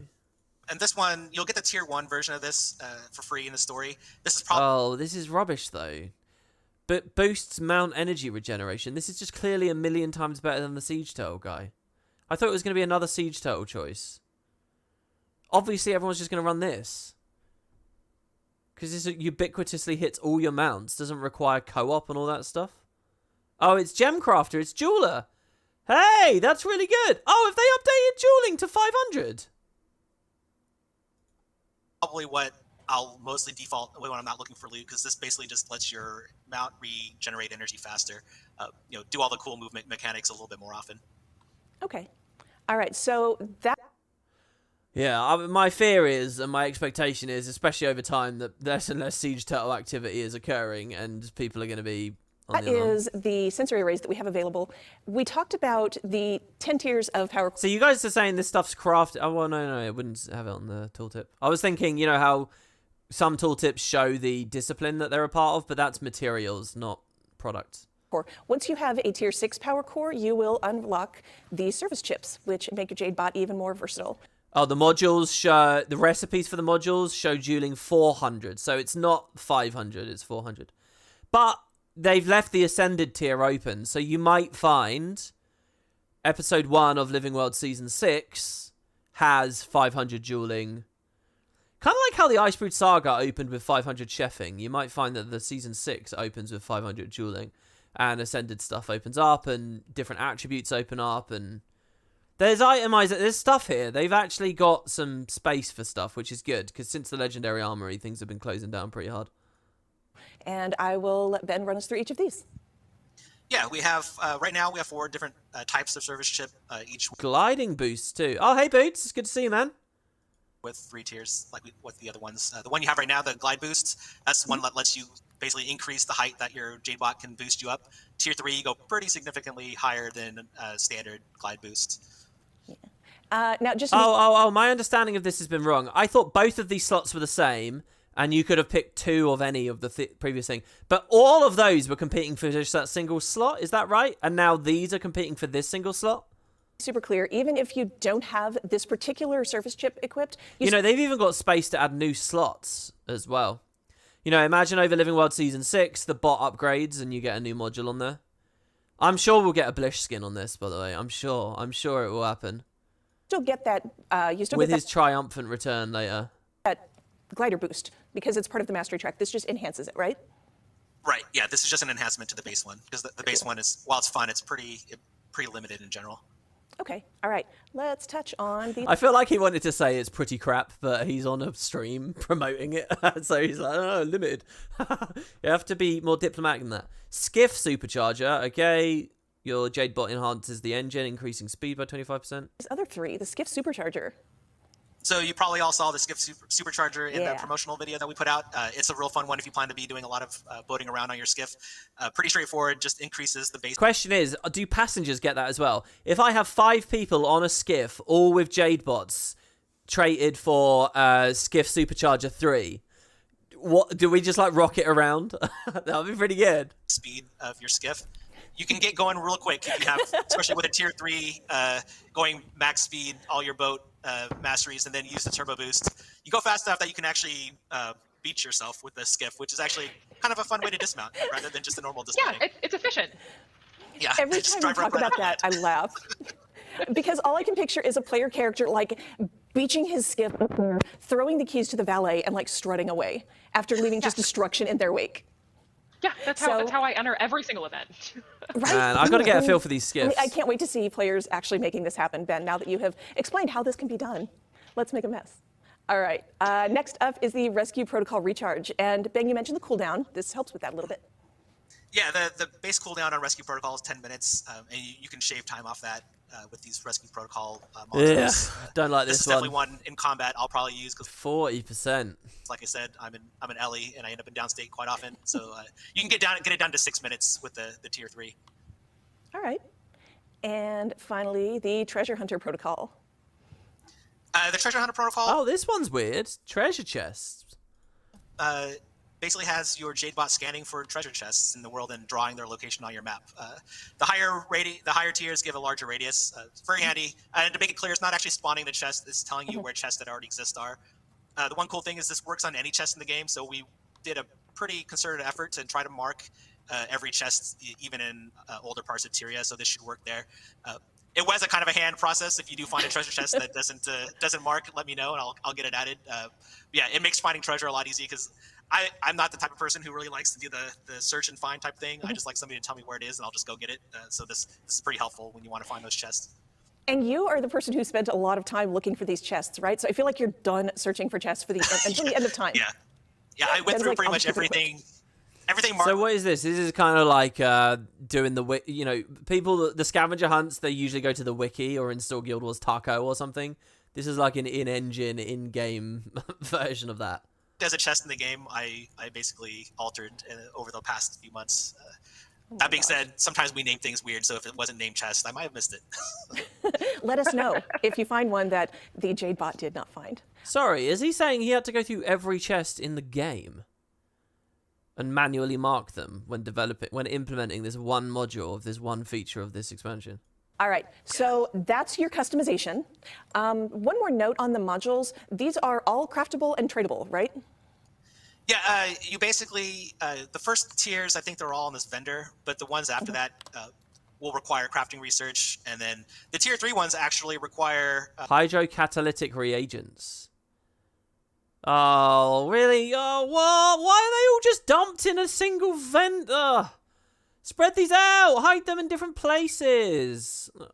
Both crafting research and for you to get a loot drop from the world. So there's specific monsters that will drop specific pieces. All right, yeah, dueling 400, yeah. For the tier 3 versions of the recipes. All right, and then to upgrade... 3 versions of the modules, yeah. Yeah. All right. To upgrade these, so you'll need some random drops. Keep an eye on what you're rounding up as you're out in the world doing your damage. Yeah. Oh, what's that checkbox, by the way? Only my profession. Am I dumb? Has that always been there? So you'll need some random drops. Keep an eye on what you're rounding up. Has this always been here? I don't think I've ever clicked that checkbox on any vendor. As you're out in the world doing your damage. Yeah. All right.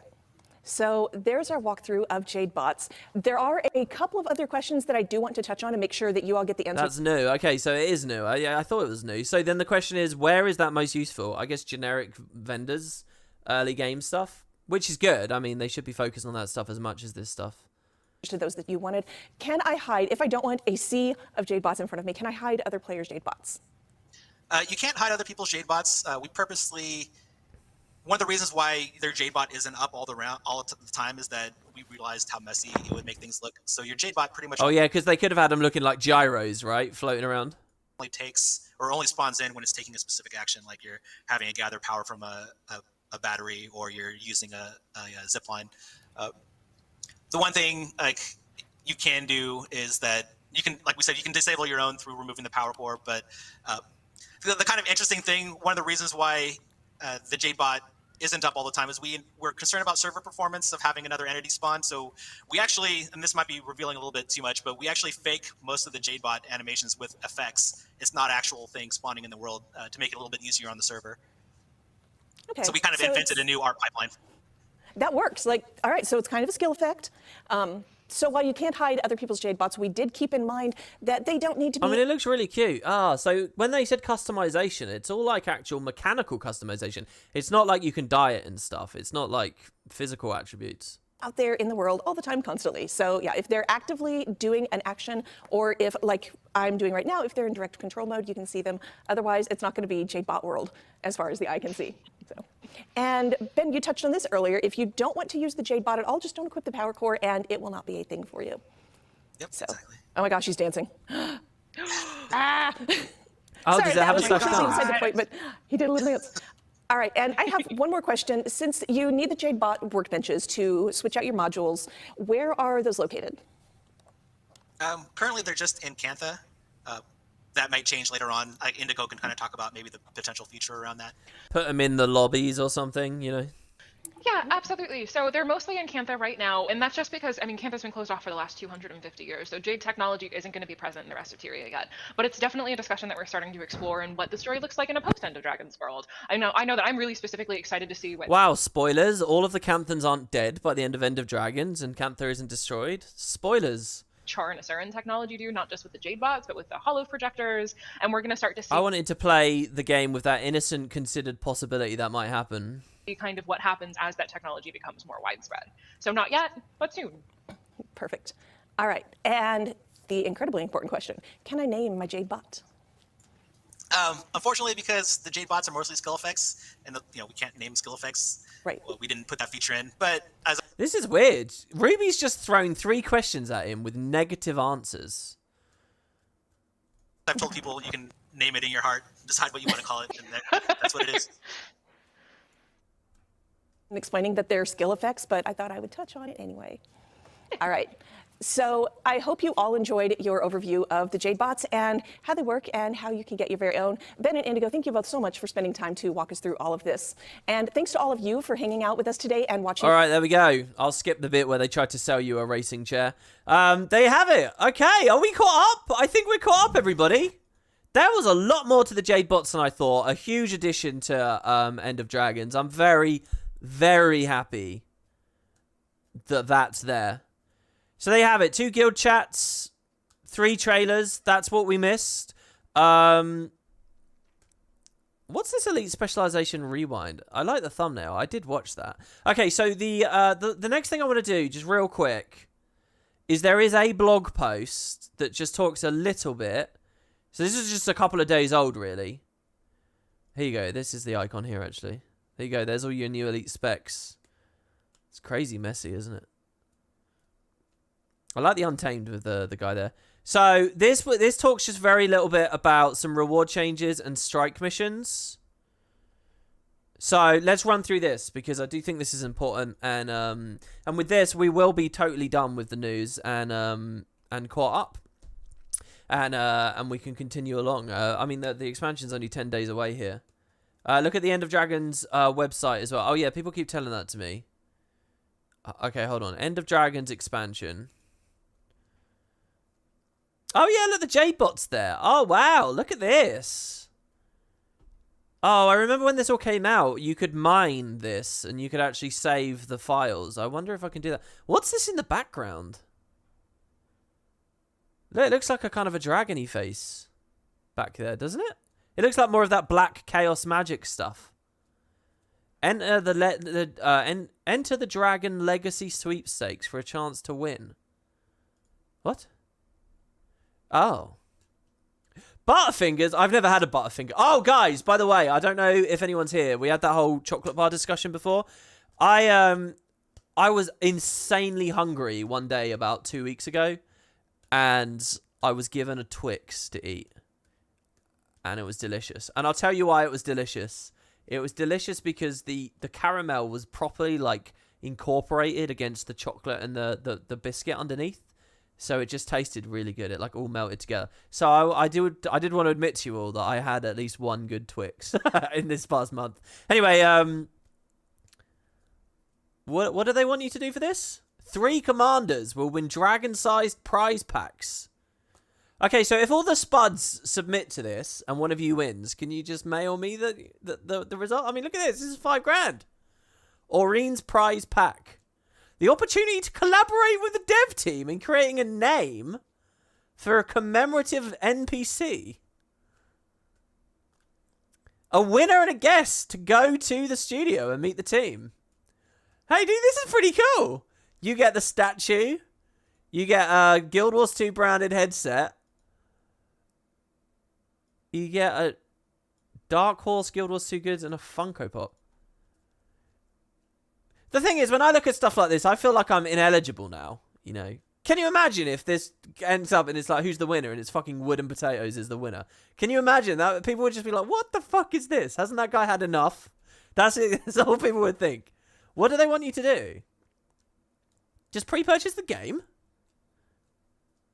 Opt in to receive newsletters. Is that it? So I'm already in the sweepstakes. If you've purchased it from another retailer or would like to enter without pre-purchasing. What? You can enter without even buying it? Alright, whatever. That's a distraction. That's a good price there, though, guys. You might want to go and do that. Okay. What happens if I click play on this? Oh, it's the gameplay features trailer. Okay, that's good. Yeah, I like this. February 28th. The cycle is reborn. We see Bubbles. We see Cantha here. So here, look, new Kaineng City.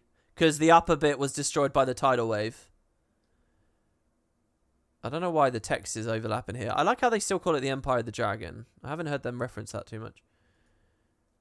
Okay, so these just pop the YouTube demos they have for the thing. This is a good press page.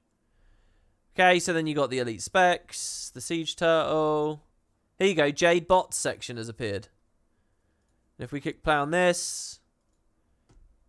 These are the same videos, right? Say hello to your new adventuring companion. They are. Man, they got to get this link to people. This is a good page. Jade Tech is fueling industrial advancements across Cantha. Jesus Christ, that mask there. It's like Ritualist of the future. New Horizons. Do they still don't have anything about strike missions or this art that appeared here. Also, they don't have a video attached to the legendary weapon thing. They have a demo of the Aureen weapons now. Exploration awaits. See, this is looking pretty strong now. If we rewound the clock to summer, right? And this was all here all at once. I think it looks a bit... Well, obviously it does because there's more information here. No Tengu block, obviously. Which is sort of the big thing for a lot of people, but... Yeah, okay. Alright, so back to this post. This is kind of like real gamer info now. This is actually like... Okay. Do you play Guild Wars? This is stuff. So, hi everyone. It's Cameron Rich. And Solar. I don't think I've ever heard this name. Skills and Balance Design Lead. Solar. The Skills and Balance Design Lead. Have we ever had an interview with this person? Guild Wars 2 End of Dragons is almost upon us, and we wanted to give you... By the way, these two, Encounters and Balance together, is a very important collaboration, so two good names to have here. It's almost upon us. We wanted to give you an advanced look at a few important changes that will keep Guild Wars 2's endgame PvE content fresh and rewarding for a long time to come. So, these changes to rewards and profession balance work together with the design of our new strike mission encounters.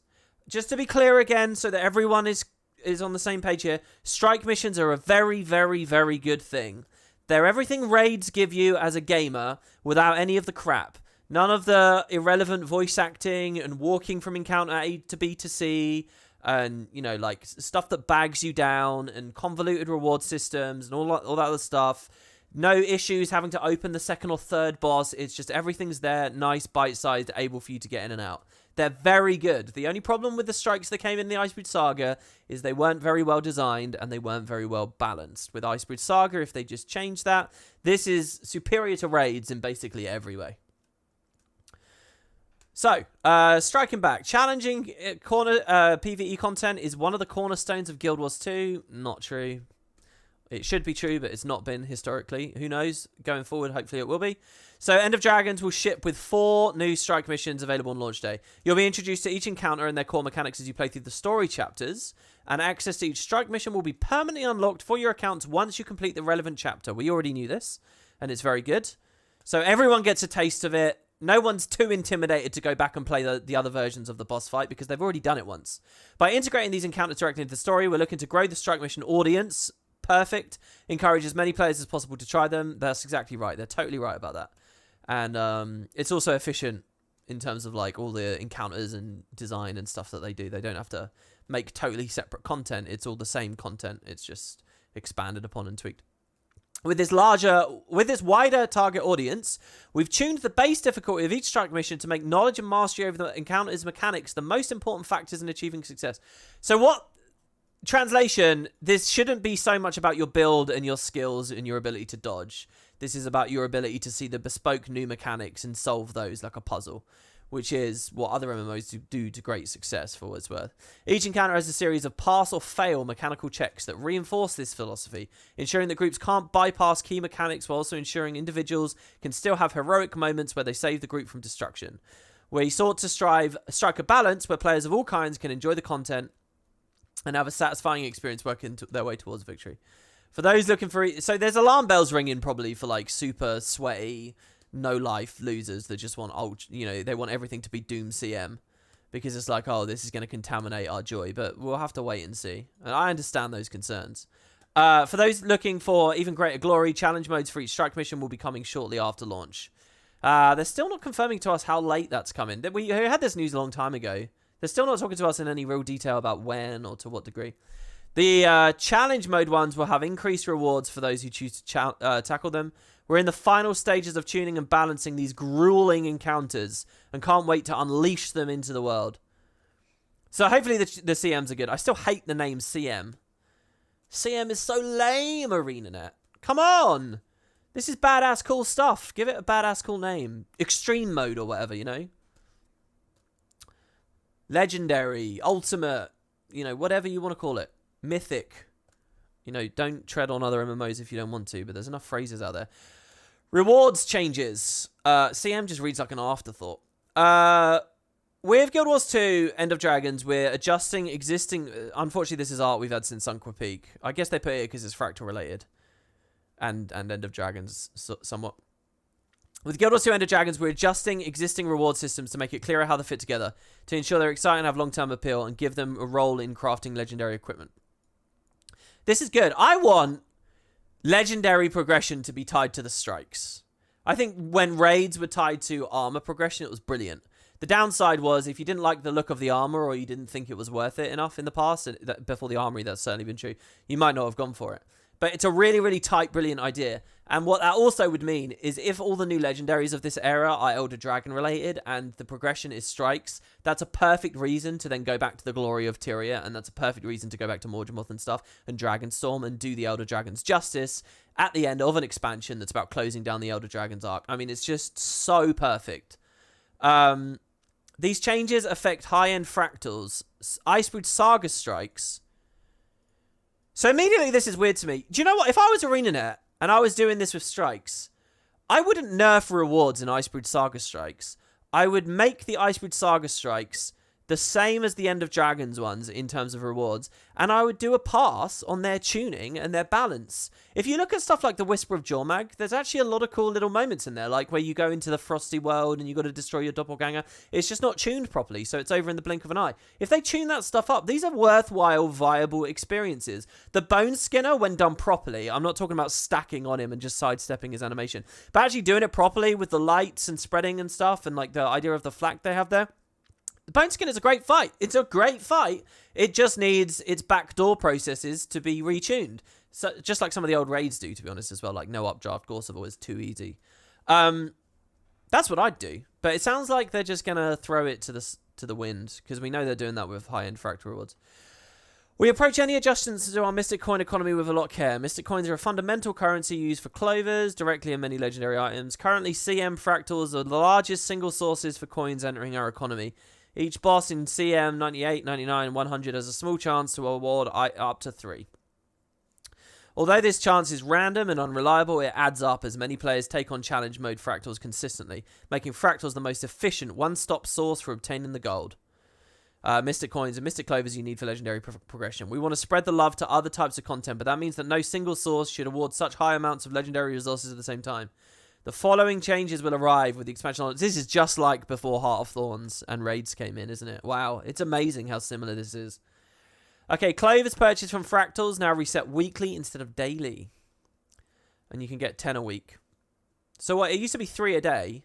So 3 times 7. It used to be 21 a week if you were really diligent. Now it's 10 a week, and you don't have to put much effort in. I actually quite like that change. Because you only have to go to the vendor once instead of 7 times. Half the yield, but 1 visit instead of 7. It's not bad. 7 times less effort. The cost of each Mystic Clover you purchase from the Fractal vendor has been adjusted to cost... Oh, no, they've even made them cheaper. Dude, I like this. I'll probably pick up my 10 Clovers from Fractals a week. That kind of moves... Yeah, I like that. The bosses no longer drop the coins. So, is there enough incentive to do the CMs without the coins? That's the big question. That's the big gotcha. And maybe the answer to that is no. I don't actually know, because I don't regularly do the CMs at this point. Maybe the answer to that is no. However, let me just say, fractals themselves are their own moving environment. Which, you know, they're supposed to be like an infinite progression kind of feeling, but they obviously have an end at the moment. I think with some reworks to fractals over the coming years, or coming year, I would rather say, rather than plural, you know, to extend the tiers and do more stuff like, you know, how you got the abyssal fractal weapons and whatever. You know, maybe there should be more legendary backpacks you can get from there from much higher. You know, if they actually really sit down and figure fractals out on the long term, start adding more tiers, you know, so, like, one of the things that I've always found quite fascinating about fractals, and that I've liked the idea, is, you know, when you enter a fractal, it says, like, there's the... Here, I'll actually do it. I'll log in. I'm going to log into Guild Wars 2 here for the first time on this video, and just show you guys one thing that I quite like about fractals and how extendable fractals are. So anyway, the point I'm trying to make here is, you know, if you consider fractals themselves to be a work in progress, an interim period where the bosses maybe fall a little bit out, the boss CMs fall a little bit out of favor, isn't the end of the world. You know, it's especially not the end of the world when you have a whole new expansion to distract you and excite you, with a whole new end game system. So I really don't see it as much of a conversation. Though I'm sure the Guild Wars 2 community, desperate for anything of worth to talk about, has probably gone on and on and on ad nauseum about this topic.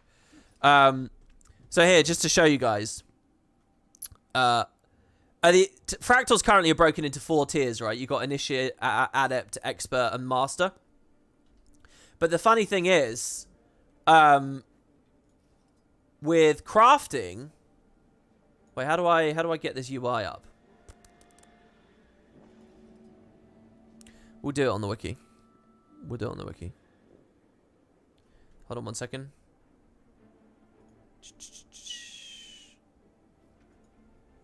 Don't they link to the wiki on... Yeah, they do. On the official forums and stuff.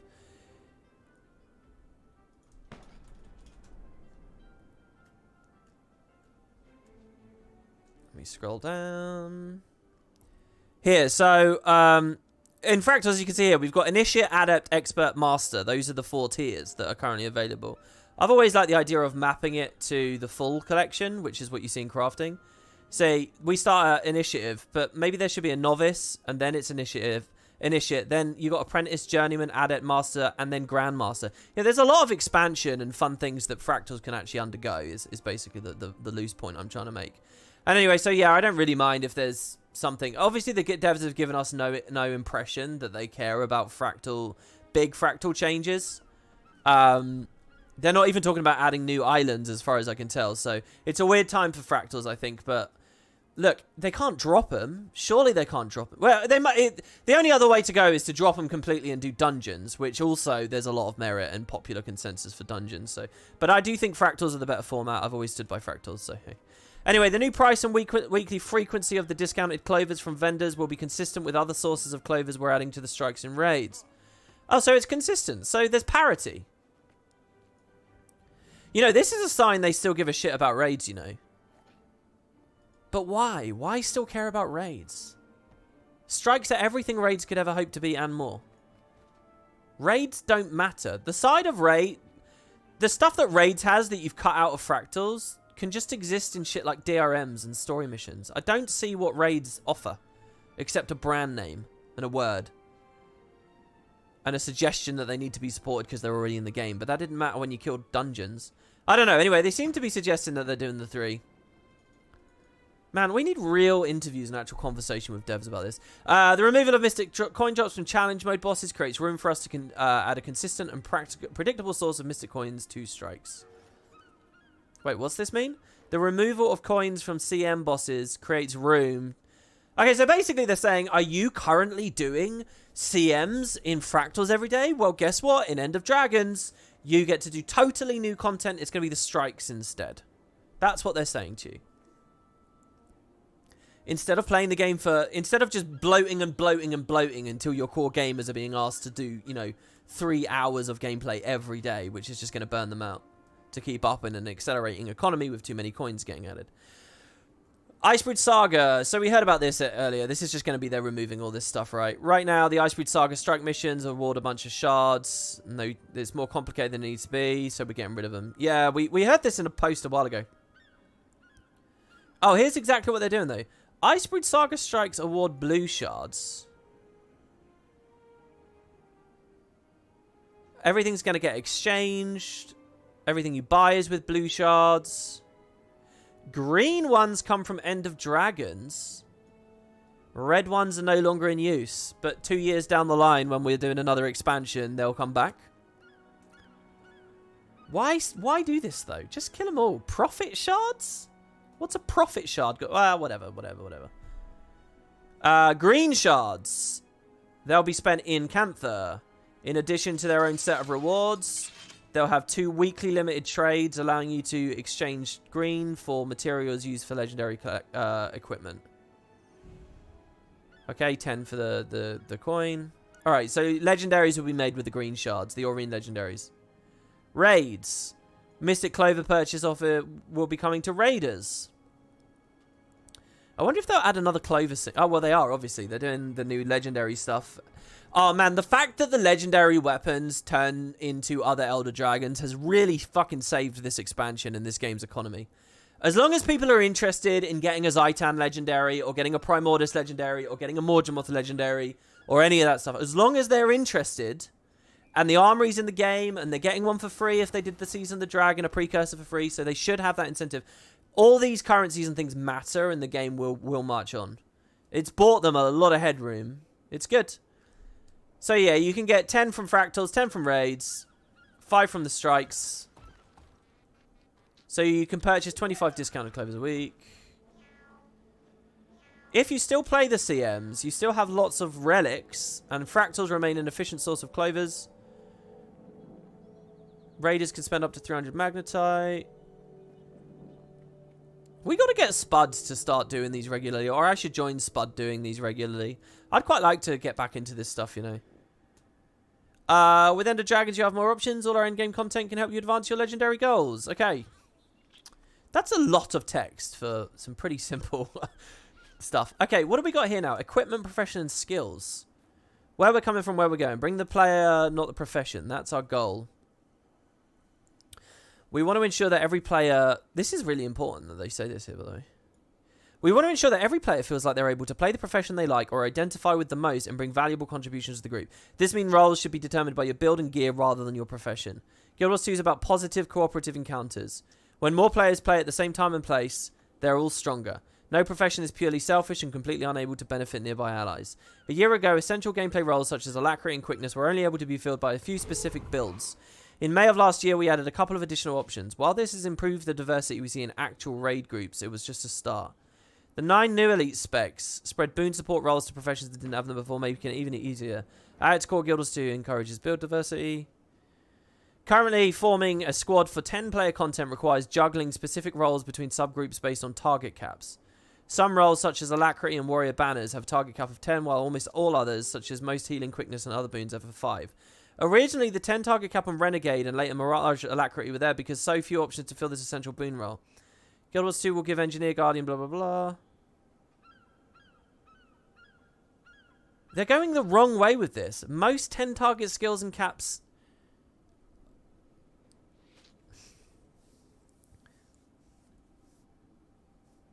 I don't understand what they're doing. Generally, this will mean for each subgroup in the squad... Okay, listen, ArenaNet. You just opened this paragraph by saying, currently forming a squad for 10-player content requires juggling specific roles between subgroups based on target caps. How have you solved that? By moving everything to 5. In many positions, you've just doubled the headache of it. You now have 2 separate parties that you have to juggle the selection of boons that you want across. Rather than just one boon, one squad. One boon deliverer for one squad, right? This guy gives quickness to my squad. This guy gives alacrity to my squad. Some of them will be condensed, whatever. Instead of just having that game, you've created double the game by going to 5. Because people are doing it all twice for each subgroup. You are still juggling what each subgroup has. This makes no sense. 10-man was the way to go. All they're doing is opening them up to fears of more mirror comp. And killing profession diversity. Bring the player, not the profession, fine. But you're leaving professions to rot with this. Am I really stupid? Or are they... I don't see how this is... And didn't they just spend 3 years in perfect understanding of this? And now they're going back? Look, if it's because it's too much maths for the server and stuff, whatever, tell us that. Be honest. And what they've done is now open themselves up to look at spirits and banners, which will need the special treatment. Generally, this will mean for each subgroup, you'll want a healer, quickness, alacrity. That's it. Oh, that's how they're doing it. They're saying, well, fuck it. Don't worry about any really interesting buildcraft composition stuff. Don't worry about juggling protection. We're not going to design around that. We're not going to design around Condi Cleanse. We're not going to design around vulnerability application. We're not going to design around might upkeep. All we really give a shit about is quickness, alacrity, and a healer. And we're going to spread those out across tons of the professions so 5-man works. That's not as rich of a game, though, at that point. Though we expect expert theory crafters will find some ways to combine some of these roles. Yeah, what you'll have is like 2 people figure something out, and then everyone copies them, and that's the defined meta. From who can to who can't. In End of Dragons, only Warrior and Ranger lack the ability to fill those essential boon support roles. Sorry, are they really suggesting to me that people are going to take warrior healers into raids? Since banners and spirits are unique effects, warrior and rangers break from the simple system of shared boons and conditions, while this creates certain group blah blah blah blah blah blah blah. Yeah, they're not talking about torment or anything. They're not talking about hitbox differentiations and where people excel in one place rather than the other. This is just such a, like... I'll tell you, I have no faith in the balance team. It's like the more they talk, the less faith I have. Warrior players have been telling us for years they like something other than banners. We agree. We're going to rework them. I wouldn't be surprised if this rework is they just delete them. Blah, blah, blah. Unfortunately, due to time restraints, we haven't got it. So you're screwed for another half year, summer. Until then, banners and spirits will remain 10 cap. I don't know. What do you guys in the live chat think? What do people think in the YouTube comments? Oh, new attribute combos. Ooh, there's 2 new ones. Ritualist equipment. Condi major stat and vitality major stat. Concentration and expertise.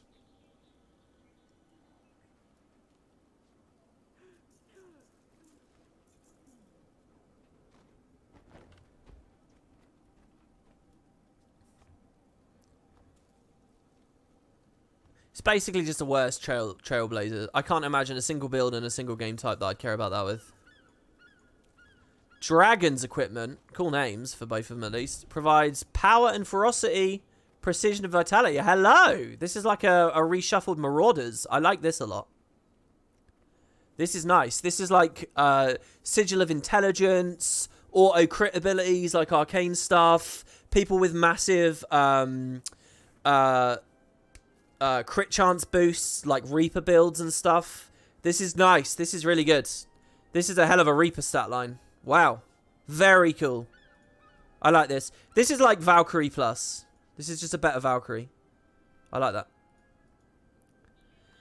These attribute combinations will be available instantly on all legendary equipment because the armory broke the game in terms of new item acquisition. We look forward to seeing what exciting new builds. Yeah, I look forward to seeing what ritualist builds come about. Maybe I'm not familiar enough with like the Spectre and stuff. It may be called End of Dragons, but this isn't the end. It's a beginning. As we look forward to 2022 and beyond, we're glad to have you with us on our continued journey together through Tyria. So we're renaming the game from Guild Wars 2 to Tyria. There's a lot to look forward to, and we can't wait to share more of what's still to come. I can't wait to see what else they got. Yeah, this blog post's a real mixed bag. I'm utterly unconvinced by the 5-man shift.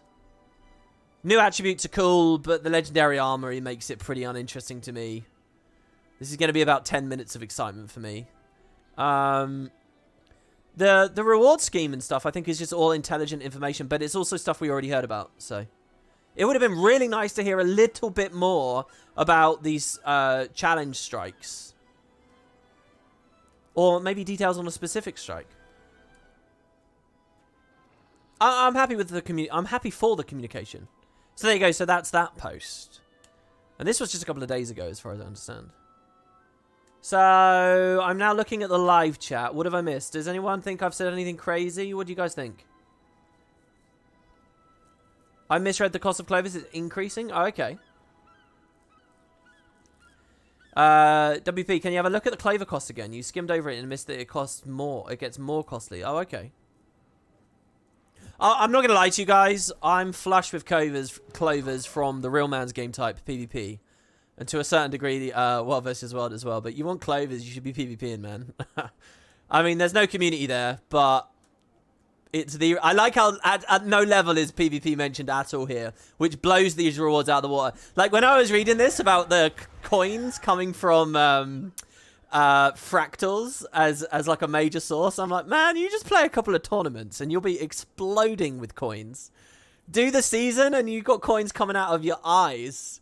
And straight up clovers from the reward tracks. I mean, clovers are everywhere for me. I mean, I don't know the last time I actually crafted a regular clover. I really don't. Whenever I get to the point I want a legendary, I just look at my bank and I'm over the 77. Every time. Because of playing that game type. But, you know, so few Guild Wars players care about that game type. And rightly so as well. I mean, that's a whole other discussion. But yeah, so when it comes to me, yeah, I'm probably not going to be on some high horse about clovers getting more expensive here, there, or somewhere else. There's a Reddit blog post they followed up to this post. Well, okay, so I say it's the end of the video. Actually, at the start of the video here today, I also prepared myself this tab. So what have we done? We've done the official website. We've done every video. We've done all the relevant blog posts, okay? Now, the last thing is the dev tracker. I suppose tweets, but to tell you the truth, I haven't been on Twitter either, so I don't know. Maybe there's a couple of tweets. And I did see that there are a couple of posts. Look, this one has 175 replies. It was on Monday.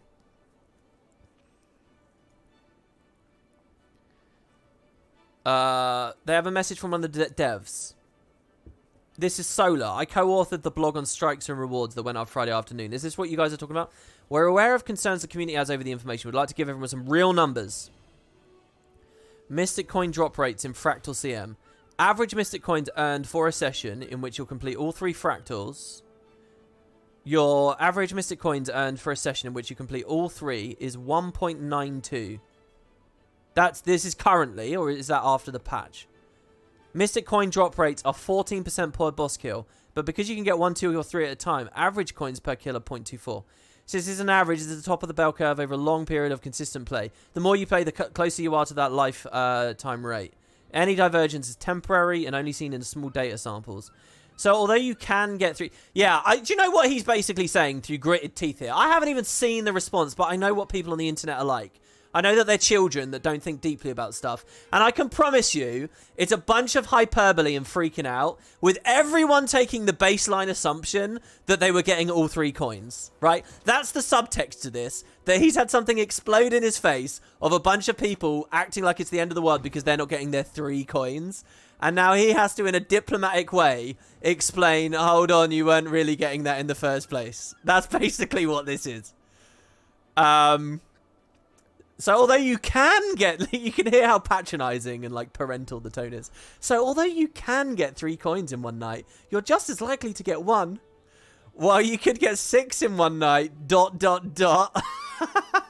You're much more likely to get 0, but it stands out as a positive moment when you get 3 back-to-back, blah, blah, blah, blah, blah, blah. Okay, monthly Mystic Coin average earnings from fractal CMs every day. If you play all 3 CMs consistently every day a month, let's say 28 days, your average coin income from that month is 53. How many people are doing this, really? Again, this is an average. The more you've played, the closer you are to this rate. In the short term, you may see less or more. How much profit is lost? Okay. Nightmare is worth 0.7 fewer. Observatory is 0.7 fewer. Sunqua Peak is 0.4 fewer. Let's say a Mystic Coin. Look at this. Look at all this patronizing maths that's been done. Dude, the devs should not have to waste their time engaging in this. Let's say a Mystic Coin is worth 1.7 gold, using a fairly stable price from last week. As you'll see, this weekend's price bump won't... Oh my god, the economy got affected. Dude, I'm quite happy I've been away for this. You pay 15% of that in the trading post fees from selling it, resulting in 1 gold, 45 silver sale profit. Look how much he's breaking this down. But since Mystic Coins are on the same drop table as equipment and ectoplasm, you can get multiple ectos. You're not getting nothing instead of a Mystic Coin drop.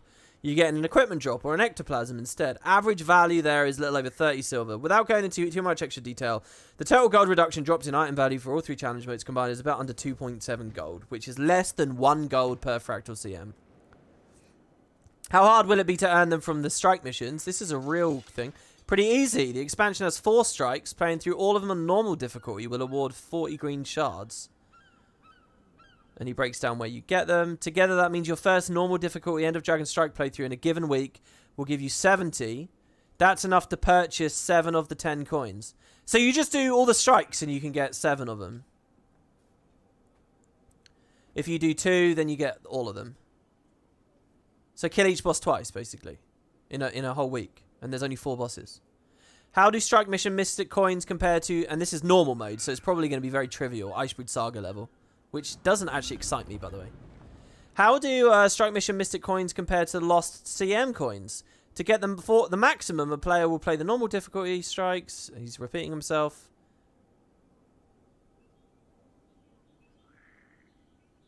Oh, it's way easier. Okay, so to get the 53 coins from this, you do each boss twice a week. Previously, you had to do all 3 CMs every day straight for 28 days.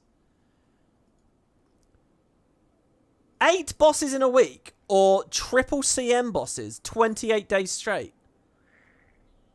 It's no wonder that they're removing them from the fractals. There's gonna be loads of these. Normal difficulty strikes have a much lower barrier. Yeah, they do. Have you seen people in fractal CMs, generally speaking?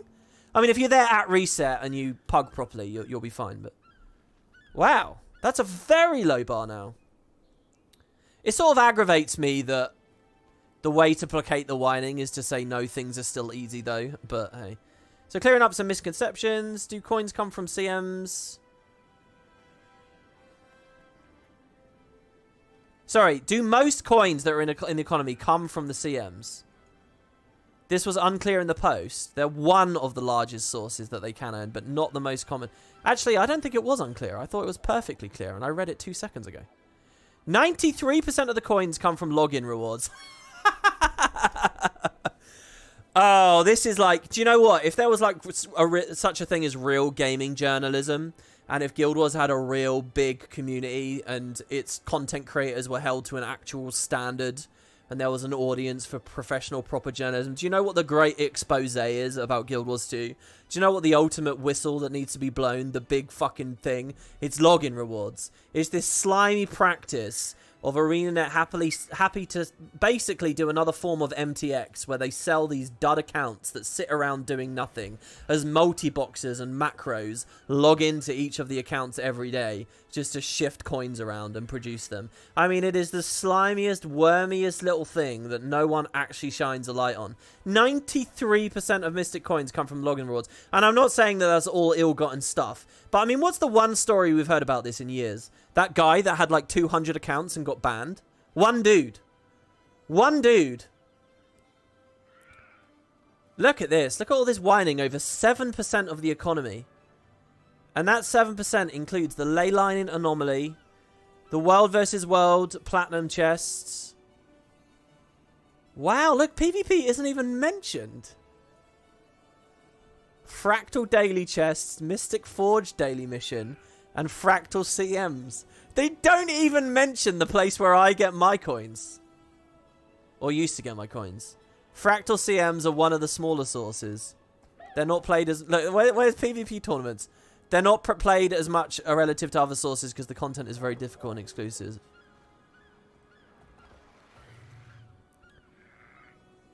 Well, it will, because there'll be a panic and then the couple of TP barons will shift things. Will this make Mystic coins rarer? No, it will make them more common. Yeah, that's pretty obvious from what you said above. Strike missions are much more accessible. Earning the coins will be really easy. This is going to increase the amount of Mystic coins. Look at this. Look at this. This is a waste of time. Look how carefully this is formatted and the bolding and... oh my god, man. You know you can just leave people raging alone for a day and then they forget all about what they were talking about, right? This was a waste of everyone's time. Will more expensive discounted Mystic Clovers double the demand for Mystic coins? Only a very small number of coins consumed each week are used to purchase Clovers from the Fractal vendor. Nearly all the coins consumed per week go into the Mystic Forge for recipes, legendary crafting. Will this make it easier for more casual players to make legendaries? Yes, absolutely, yes, based on what you said here. I mean, it's not all a waste of time. Some of this information was really useful.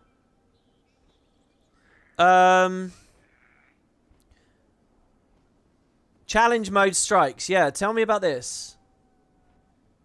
Challenge mode strike missions will not be immediately available when End of Dragons launches. We've been playtesting them for the months internally, and I think they're a ton of fun, but we want normal mode to go out first so we can fix any bugs, polish these encounters after seeing the strategies players develop.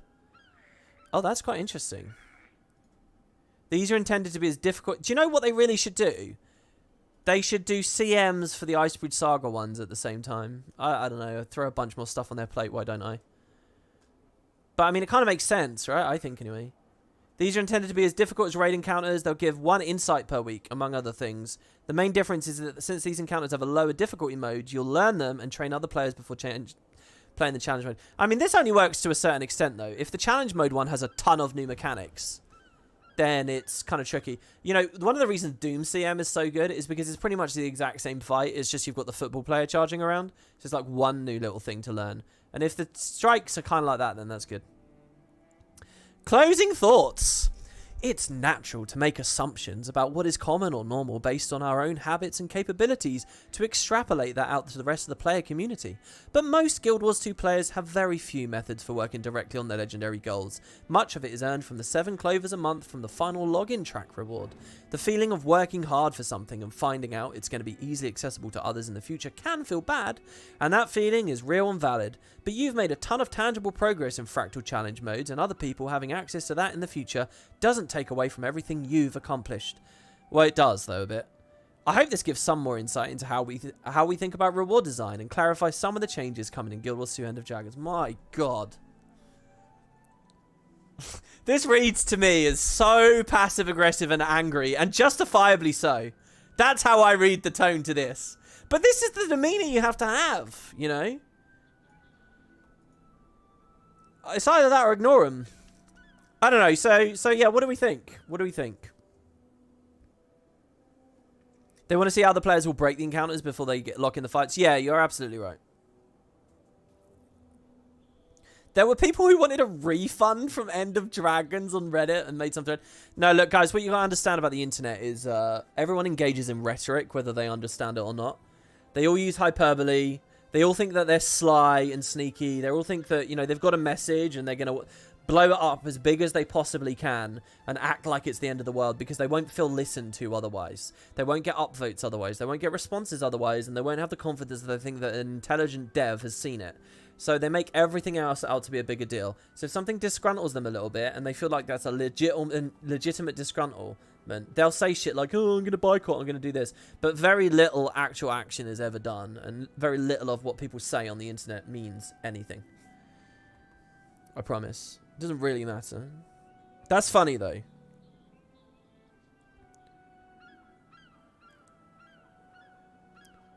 So yeah, any crucial information you think I've missed? Anybody sitting there upset or something I'm watching closely? And aside from that, guys, I'm looking at the live chat. This is your chance to respond to any of the topics here today. That is the video.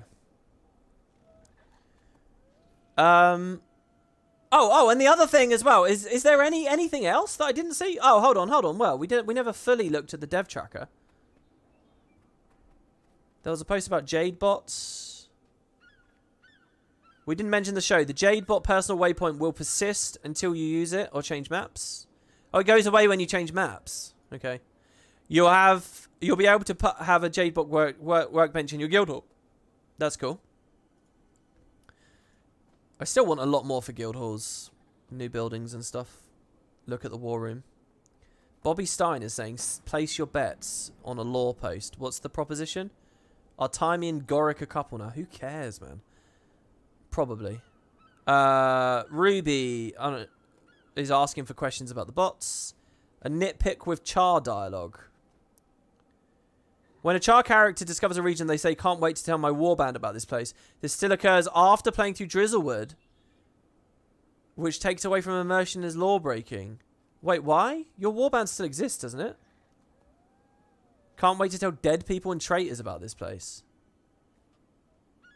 The systemic PC chatter was designed to be evergreen. Sorry, why? You still have a warband? Your warband doesn't die in Drizzlewood, does it? Bobby's talking about this like this is legitimate. I don't understand this. Traitors and dead people? How is your warband traitors and dead people?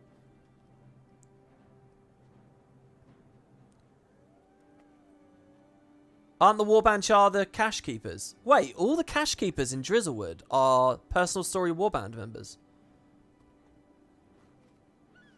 Wait, is Dinky, like Dinky is a cash keeper, is he? I never knew that. Is that true? I never knew that about Drizzlewood. Oh, the one you pick a character creation survives, but the other ones. So wait, like the other ones you recruit in the personal story, they're all the cash keepers. Just some. Well, that's interesting. I didn't know that. That's really cool. And I feel very bad that I didn't know that. That should be in my wheelhouse as well. I don't know about this, though. Bobby's awesome, man, though. You always see him in threads and stuff like that. I'm not surprised at all to see that Bobby had a post here. Whoopsie. I closed the whole thing down. By the way, the hotkey I used to get that tab back after I close it there, it's life-changing. And I'll offer this to people all the time. Control-Shift-T will reopen a tab that you just accidentally closed. It's very, very, very useful. Launch day.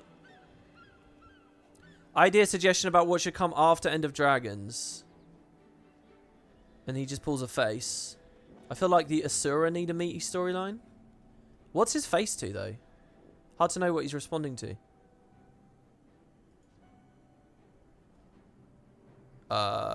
World linking. Gem store bug fixes. Oh yeah, I was in game and I saw the is the TP running faster now?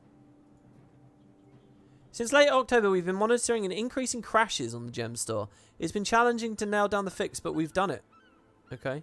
I really felt like the TP started running a bit quicker after I started logging in again a couple of days ago. And now we're January 14th. We're pretty much back to where I was last looking at things. Okay, so good. Oh, the other thing I did want to see, hold on, is patch notes. My god, it just keeps going, doesn't it? Game updates. Was there anything really valuable with the festival? No. No. Oh, interesting. This is... Oh, this was Winter's Day stuff. Yeah, and we already read all this. Okay, that's it then. And we're done. Okay, back to the chat. Again, copy paste. If I missed a message, copy paste it. Bit of live Q&A here for you guys and people watching the video, and then I'm off. Also, let's do this. And let's do this. Is there the possibility the devs will actually nerf Firebrand and Scourge? What's my thoughts? I think that they will shuffle things to make space for the new End of Dragons Elite specs, and I think there'll have to be a lot of that. Look, the MMO is not going anywhere, and there's going to be consistent balance patches for years to come. So yeah, they won't reign supreme forever. In what particular ways you see what spec gets nerfed is obviously... There's like a lot of facets of Scourge that they could rein in. What are my thoughts on End of Dragons now that everything's been revealed? From maps to masteries, music to story, elite specs, etc. Thank you for that, with the donation there too. I'm quite lukewarm about this expansion. I'm quite lukewarm about it. I'm disappointed in some of the environments. I'm very disappointed in the elite specializations. I'm vaguely disappointed in the masteries. But I am hopeful for the story, and I am hopeful that it's a good few hours and that they've learned a lot of lessons. If it's the best of POF in terms of environment and story and stakes, but the best of Heart of Thorns in terms of metas and replayability, I think we could be onto something good. The expansion itself doesn't excite me as much as what they do after. I really want to hear where Guild Wars goes after this expansion. And for what it's worth, it's not that I'm bored of Elder Dragons. I think there's a lot of really cool stuff with the Elder Dragons. It's hard. This expansion was always going to be very, very hard after Dragonstorm. I think there's a lot of people watching this right now who are sitting there in silence or will watch this video over the next coming days, and they're still feeling really weird about Guild Wars because of Dragonstorm. And that's not going to go anywhere for a long time, I don't think. But I'd put my excitement for Heart of Thorns as a 9 out of 10. I'd put my excitement for... No, I'd put Heart of Thorns at like an 8, and I'd probably put Path of Fire as an 8 as well. This one, I'm probably at like a 6. I'm probably at like a 6. Maybe even 5.5, somewhere around there. Oh, in a couple of hours, they're doing the music stream. Hey, this is pretty good as well. So yeah, if you guys go over to the Guild Wars 2 channel, they'll have their own stream as well of the music. This will be the last stream before the X-Pack comes out. Anything else? Anything else? Other questions? Yes, the Echo Vald Forest is my biggest disappointment in terms of environment exploration, for sure. I have a Chocobo. Yeah, my Elementalist is very, like, Final Fantasy themed. Chocobo, Black Mage. And I have a White Mage set up as well.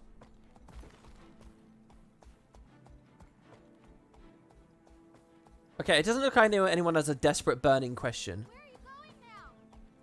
So, thanks very much for watching, guys. Thank you. I want to especially thank you, super duper triple thank you, anyone who's watching this video as a regular video who wasn't here live at the start. Please give me your feedback on how you feel about this. For years, I've been really iffy and concerned about the idea of, like, dumping Twitch VODs and stuff on YouTube, and I'm trying to find a good middle ground here where I can still make good, decent YouTube content, but I can do that live component too. So I'm really looking for feedback that in the regular YouTube comments. This is a normal video as well, guys, so please support it in any of the normal ways.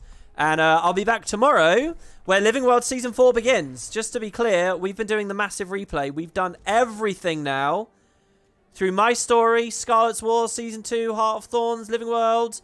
Path of Fire is now all done. We only have these last 2 boxes. There'll be... The next part is going to be up to Long Live the Lich. It'll be the story of Palawa Joko, essentially. That's going to be tomorrow. And then Kralkatoric will be the day after that. Icebreed Saga for 2 days. And that's it. We'll be ready. And by the way, over these next parts, I'm going to get a ton of Season the Dragon stuff ding. I'm going to get my Legendary Amulet. I'm going to get my Precursor. Everything's going to all come in at once, so it should be quite fun. Thank you, everybody. Hope you enjoyed. Thanks to those couple of donations today as well. And I will see you guys on the next one very, very, very soon. Any comments about other news you guys think I might have missed, let me know. I might bring back, like, a daily Q&A as well for these last 10 days. Rolling into the X-Pack might be fun. But we'll see. So cheers, everybody. Bye-bye now.